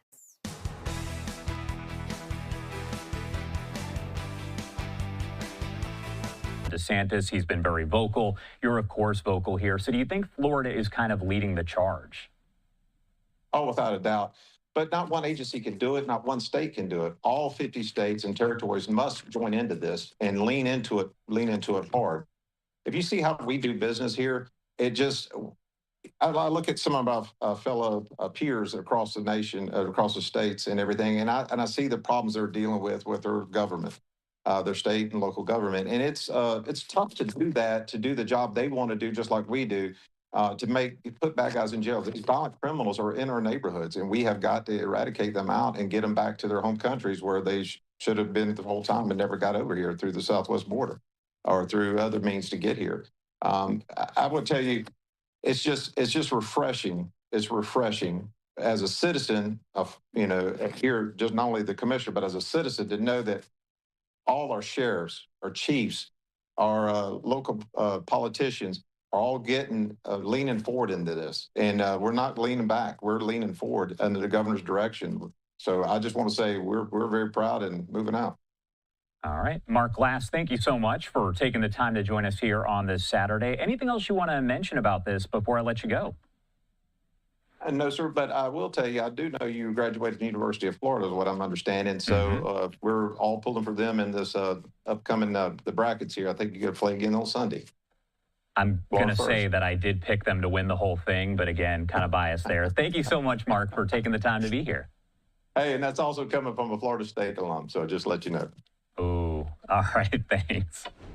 And you are taking a look at this post here from Florida Governor Ron DeSantis. He did tweet out that photo that we showed you a bit earlier, saying that the FDLE and Florida Highway Patrol troopers, in participation with Homeland Security investigations, Homeland Security Task Force Orlando arrested a known TDA gang member, the first arrest conducted in the nation under the Alien Enemies Act, according to HSI.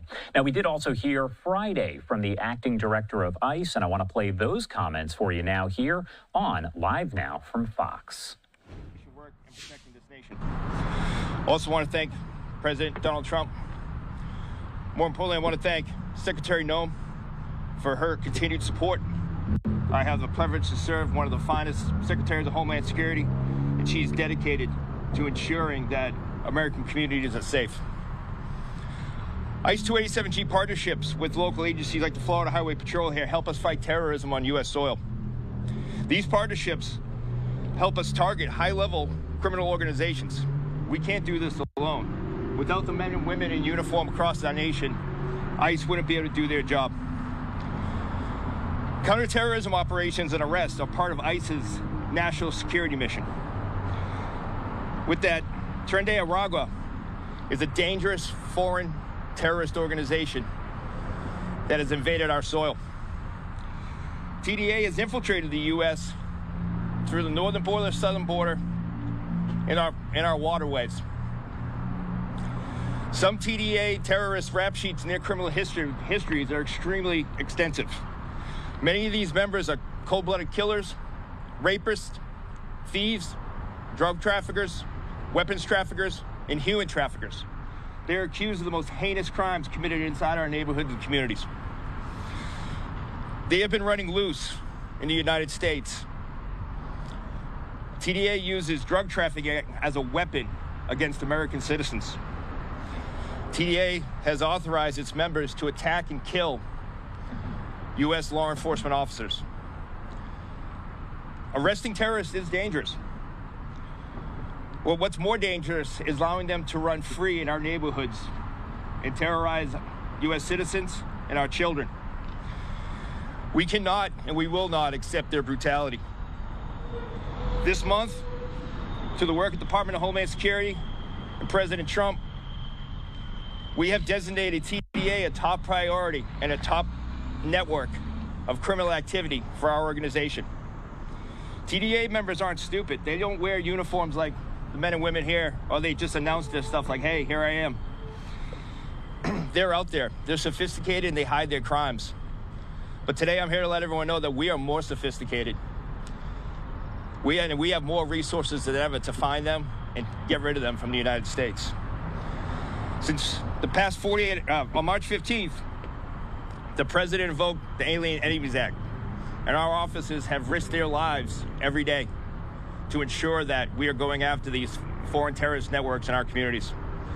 I'm proud to say in the past 48 hours, ICE, along with our local partners and our other fellow federal agencies, have arrested more than 68 TDA gang members, terrorists, in the United States.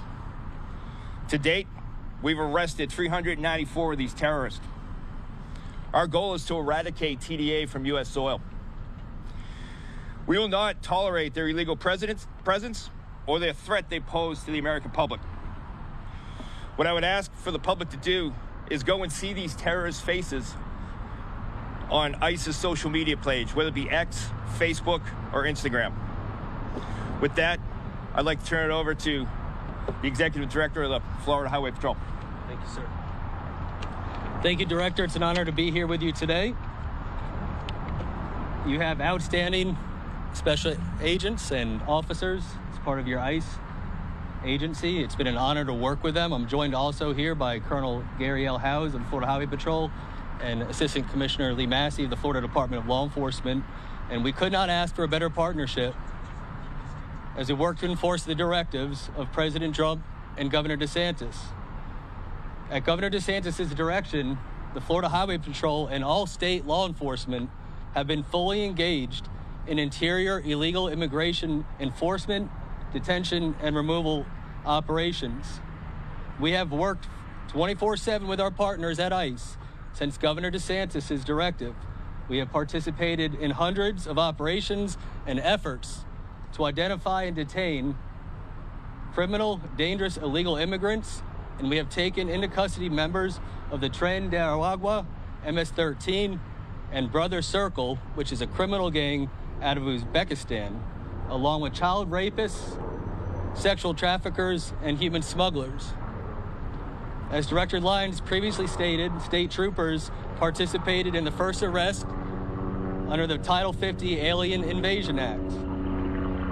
a core component of state law enforcement's ability to amplify the federal government and ICE's ability to execute on large-scale enforcement and deportation efforts is deputizing state and local law enforcement officers as immigration enforcement officers. This is commonly known as 287G. I am pleased to announce that the Florida Highway Patrol continues to lead the nation, now with over 1,100 state troopers who have completed the required training and will soon be delegated law enforcement authority as delegated immigration officers. Director Lyons, on behalf of Governor DeSantis, we want you to know that you have, and you will continue to have, in the Florida Highway Patrol and in all of state law enforcement, a highly committed and professionally trained law enforcement partner.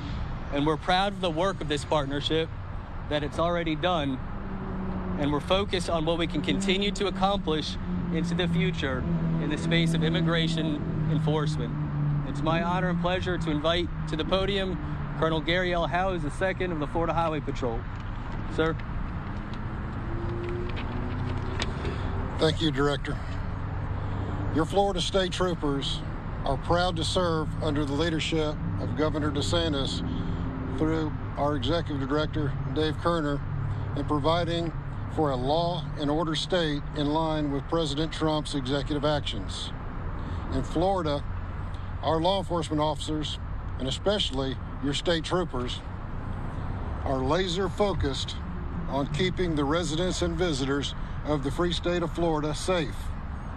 We're not just talk, we're focused on results.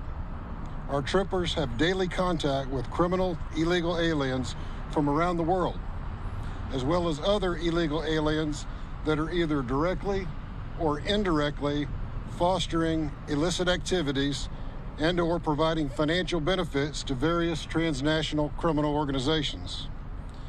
Just this year, troopers in coordination with ICE have detained and or arrested over 130 illegal aliens, to include members of criminal organizations such as TDA, MS-13, the Latin Kings, Brothers Circle, and various others representing 14 different countries. This past Wednesday here in Orange County, troopers stopped and arrested a member of TDA as part of the Alien Invasion Act of Title 50, as the Executive Director mentioned. In short, we are focused on removing dangerous criminals, whatever their immigration status is, out of the population of the beautiful state of Florida. We are proud of our partnership with ICE and our various federal partners. I'd like to turn the microphone over to Special Agent in charge of the Florida Department of Law Enforcement, Lee Massey. Thank you, Colonel. Thank you all for being here. And on behalf of Commissioner Glass, I just want to echo the words from the Director. We are part of a state initiative working with our FHP, our other state partners, and our local law enforcement to continue the mission set forth by Governor DeSantis and the President of the United States. I'm very proud of what we have done at FDLE. We've committed resources, both sworn and non-sworn, across the state, embedded with task forces with HSI from the Panhandle to South Florida. We also would like to thank the remainder of the cabinet and the state legislature for the funding they've offered in support of this initiative. We will continue to work with our state partners and our local law enforcement partners to carry out this mission.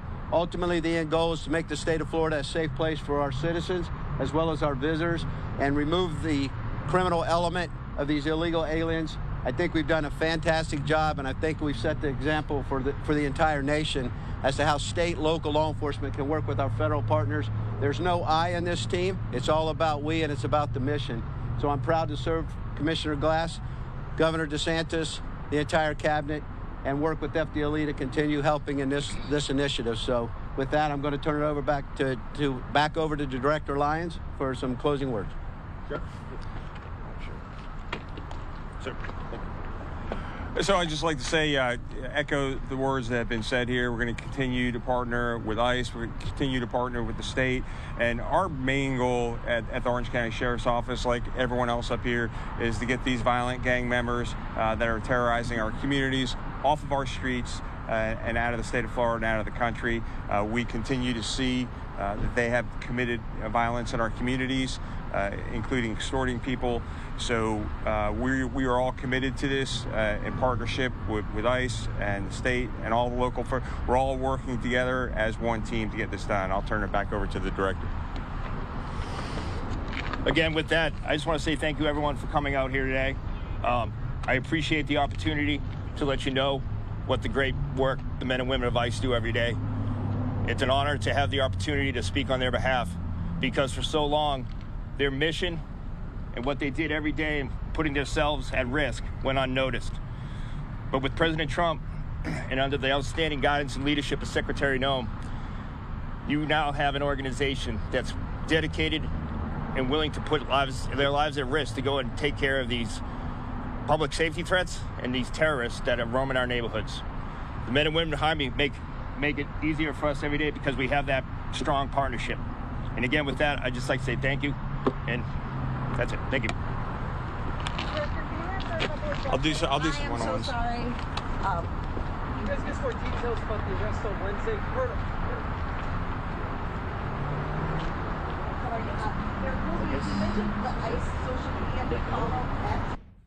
All right, there you go. Several different agencies involved in that news conference Friday, including the head of ICE, as he did provide the update, the information on the first arrest made nearly a week after President Trump did invoke the Alien Enemies Act. My name is Josh Breslow. Thank you so much for being with us here on Live Now from Fox. We are going to head to our final 2-minute commercial break of the hour, but so much more news to get to here and live events coming up in a matter of moments. You're watching Live Now. We'll be right back.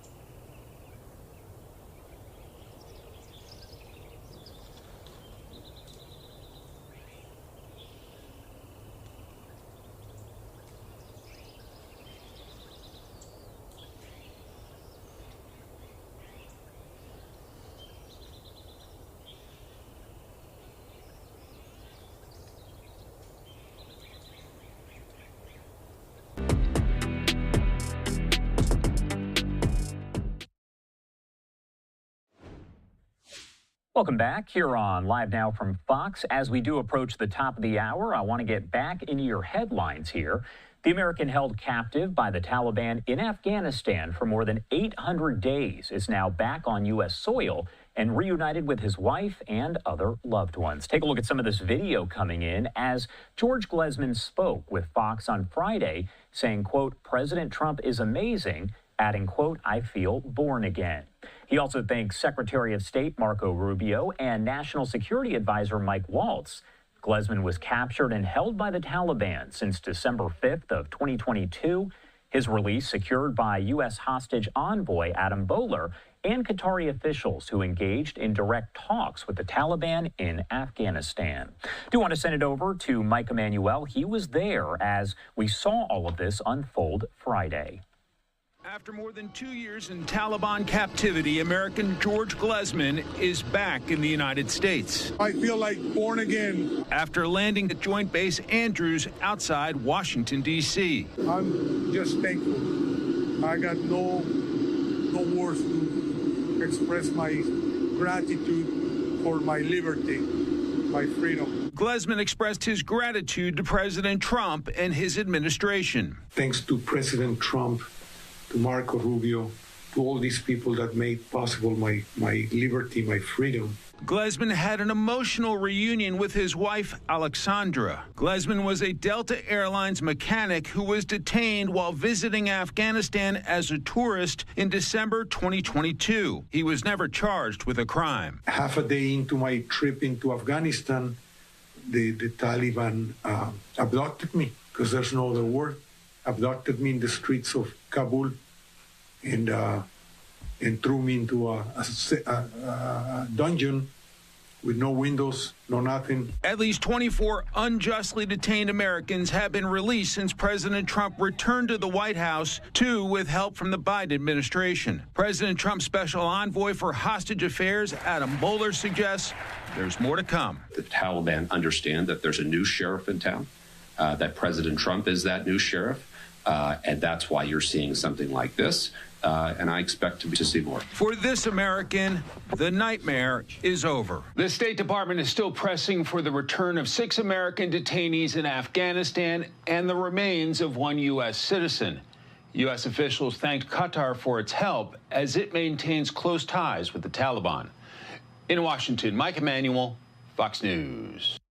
Mike, thank you so much. And once again, George Glesman now officially back on U.S. soil after being held captive by the Taliban in Afghanistan for more than 800 days.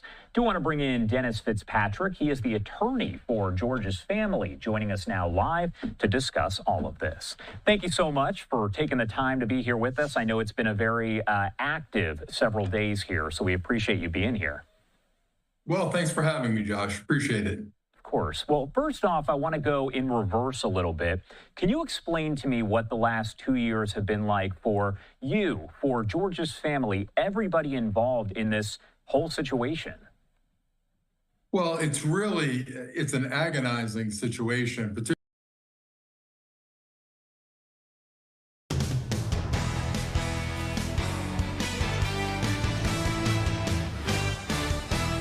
Good afternoon, and thanks for joining us. I'm Elizabeth Rollins, and this is News Now. You were just looking at a live shot of downtown Atlanta. It was live. That's how pretty it is. It looks picturesque outside. Let's check in with Alex Forbes. Alex, good afternoon. Yeah, Elizabeth, good afternoon. Yeah, we're across the 12 o'clock hour now, so into the afternoon, and our temperatures have responded accordingly. 65 is where we stand now. That is 13 degrees warmer than this time yesterday, and that is going to be the trend through the day today. But also this northwesterly breeze at about 12 miles an hour, that is going to stick around as well. How about Eatonton? Already up to 66, 61 in Griffin, 61 over in Noonan, 61 in Blue Ridge, and 69 over in Clayton at this hour. We did just get an update in on the pollen count. All right, this is a little bit of a surprise. We were at 1,500 on Thursday. We were about 100 yesterday. Now we're at 72. So I think that's in response to our cool temperatures this morning, but I would look for some higher numbers in the days to come. Our first extremely high day was on Thursday at 1,551, and I am expecting the pollen to really take off here over the next couple days and weeks, as the timing is about average for late March and early April. As for the remainder of the day today, yeah, 60s and 70s across the board here across North Georgia. Going with 72 here in Atlanta, 72 in Tucker, 74 in Stonecrest. How about 72 over in Paulding County and in Douglas County? A much different story in Paulding County this weekend than last weekend, right?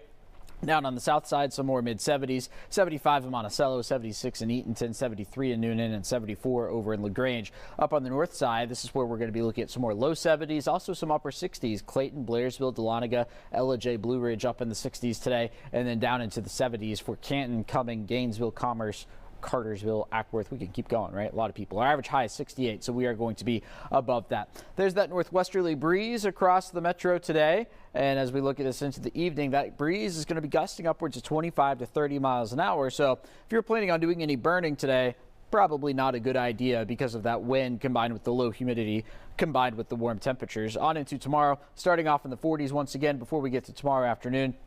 More mid-70s on the way before this weak cold front moves in overnight Sunday into Monday. Scattered showers along with it. And then the more data I'm seeing, the more I'm thinking this is going to be scattered showers rather than storms across North Georgia. Temperatures will be in the 50s early Monday morning. I think everybody has at least a decent chance of seeing some rain across North Georgia, but the rainfall totals are not going to be all that much, only about a ½ inch. So there we are at the noon hour, clearing out for the afternoon and evening. So Monday, while it does have a 70% chance of rain, that is going to be primarily during the morning hours. Also worth noting, there will be some severe weather with this front, but that will be away from us in North Georgia, from Nashville down through northern Alabama, northern Mississippi, and on in towards the Texas area, Austin, say. That's going to be the far western extent. But again, to the north, not a concern for us here in the metro. So 72 through the afternoon, that high fire danger. Please don't go burn anything today. Wind out of the northwest at 5 to 15, gusting upwards to 25, but with blue skies. Here's this wind forecast on into the evening tonight and overnight. Yeah, it's going to be noticeable out there. All right, so here's your Fox 5 Storm Team 7-day forecast. 70s, 70s, 70s. Did I mention we're going to be in the 70s? That's the popular number on the board. Cool mornings and warm afternoons. Even have a 70% chance of rain by the time we get to Wednesday. So, Elizabeth, I think everybody who likes different things gets a little bit of everything. We've got the cool mornings. We've got the warm afternoons. We even have a little bit of rain, but mostly sunshine over the course of the week ahead. Again, I just love it. It's the lucky forecast, the 777. It's awesome, except for the 70% chance of rain. But yeah. All right, I'll take it. Thanks so much, Alex Forbes. Appreciate it. All right. Meanwhile, we want to go to Tyler Fingert, who is standing by at the Georgia World Congress Center, where they're having the International Auto Show. Tyler, good afternoon. Hey, Elizabeth, good afternoon to you once again. We've been showing you all the different types of cars that are here that maybe you can buy and see. And as I pan the camera over, ooh, there's one that I recognize, the Fox 5 Storm Chaser. That's not one you can buy, though. We are here out at the auto show. Multiple Fox 5 anchors and reporters are out here taking part. You see Elise, Edie, and Buck, and Deidre somewhere hiding in the back over there. There she is, who just celebrated her 20th anniversary here at Fox 5. I'm being told I need to talk to you, is what I was just told by Elizabeth. So what is it like? I mean, you've been out here, I think, every year. Why do you like coming out here? It's really great. I enjoy just meeting our viewers. It's so wonderful also to spend some extra time with some of our news folks here. We usually don't get to see each other like yourself right here, but it's just wonderful to be out here and be able to just talk to the folks and just get an idea of how much they appreciate our news and what we do. And also, if you head inside, you get to see some new cars or all the latest and greatest stuff, right? Oh, yeah. Then there's that. You know, I'm eye on a few things, so, you know, I maybe treat myself for my 20th. Well, and Deidre, you're one of my favorites. I thank you for talking with us. And then look at all the Fox 5 viewers out here. Come join us. We're out here pretty much all day today. We're also out here tomorrow. So I'm going to walk you guys inside as you see a lot of folks already here. It's open till 9 o'clock tonight and then 8 o'clock tomorrow. As we walk a little bit in, this is the front entrance you'll see of the Atlanta International Auto Show. And then once you get through this little entryway, you'll continue to walk, and this is where you get to then see all of the new latest and greatest cars that are available. And the cool part is that you can do all of this under one roof, and that's the thing that I appreciate the most about what is here. And it gives you, if you're in the market for something right now, you can kind of just see all the different cars that are available right here. If you're looking for a high-end car, Alfa Romero. Look at that color. Right here, Fiat. The green. Yes, green like money. Green is like my color this year, and I just love green. Maybe I need a green car. Ooh, that's pretty. What about the red right here? Ooh. I mean, that's a nice bright red. And then you have obviously all the different vehicles. Those are some of them. This is a Fiat right here if you're looking for something super small. And then the American-made Dodge, Ram, Chrysler. That is an electric vehicle, that orange one right there. If you were watching during our 10:30 half hour here on Fox Local, that is an electric vehicle, and it if you're inside of it while you're on the road, you can actually like rev the engine, and it has speakers that actually make it sound like it's the engine sound of like a gas-powered car. Toyota's right here. So again, the cool thing about what they do here at the auto show, the Atlanta International Auto Show, is they combine so many different brands. Kia's across from here, Nissan just taking part over here, and a lot of them have different vehicles that you can just check out. And I'm walking up to the Kias, and the reason I'm doing that, I'll explain in a second. This white one, the gray one, and I guess whatever color that second one is. I still remember when they rolled out the. I remember when they rolled out the Kias, and it just seemed like the coolest car, and everyone's had to have one, and it's made in Georgia, so it's fantastic for the state. Yeah, oh, I'm there. I was trying to look for it while you were talking. If you look really closely, I'm going to point my finger right here.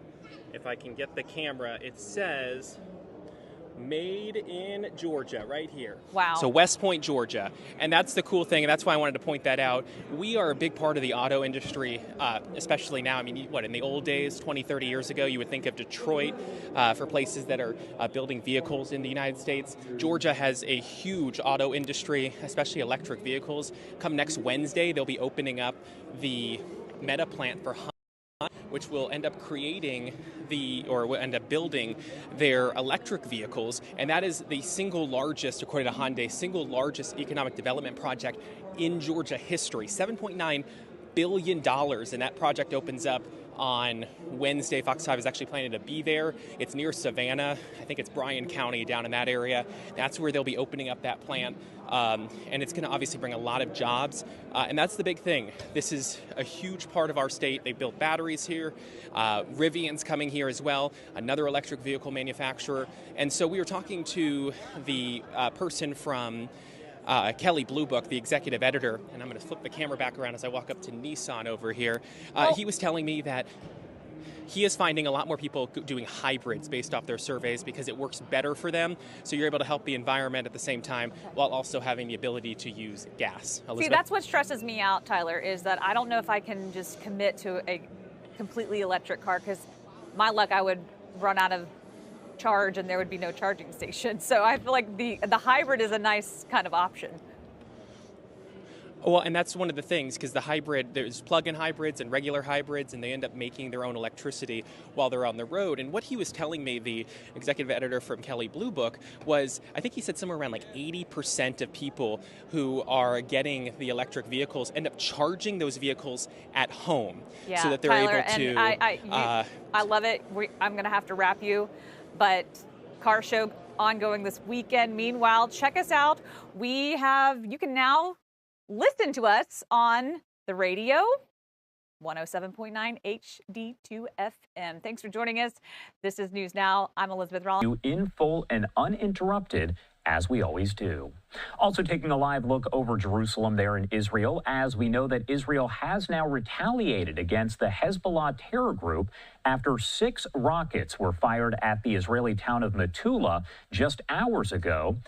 Israel did launch retaliatory attacks, striking command centers and rocket launchers there, destroying those. So it appears that there could be even more tension there in the Middle East after that ceasefire deal between Israel and Hezbollah. Technically, a ceasefire deal with Lebanon now appears to be broken. Again, we'll keep you updated on all of those developments, as we always do here on Live Now from Fox.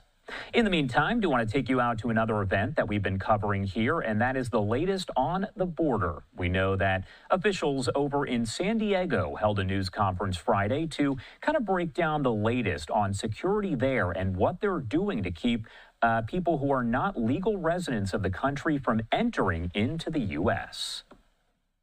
The current fiscal year, we have apprehended just over 43,000 illegal aliens. That is over a 70% decrease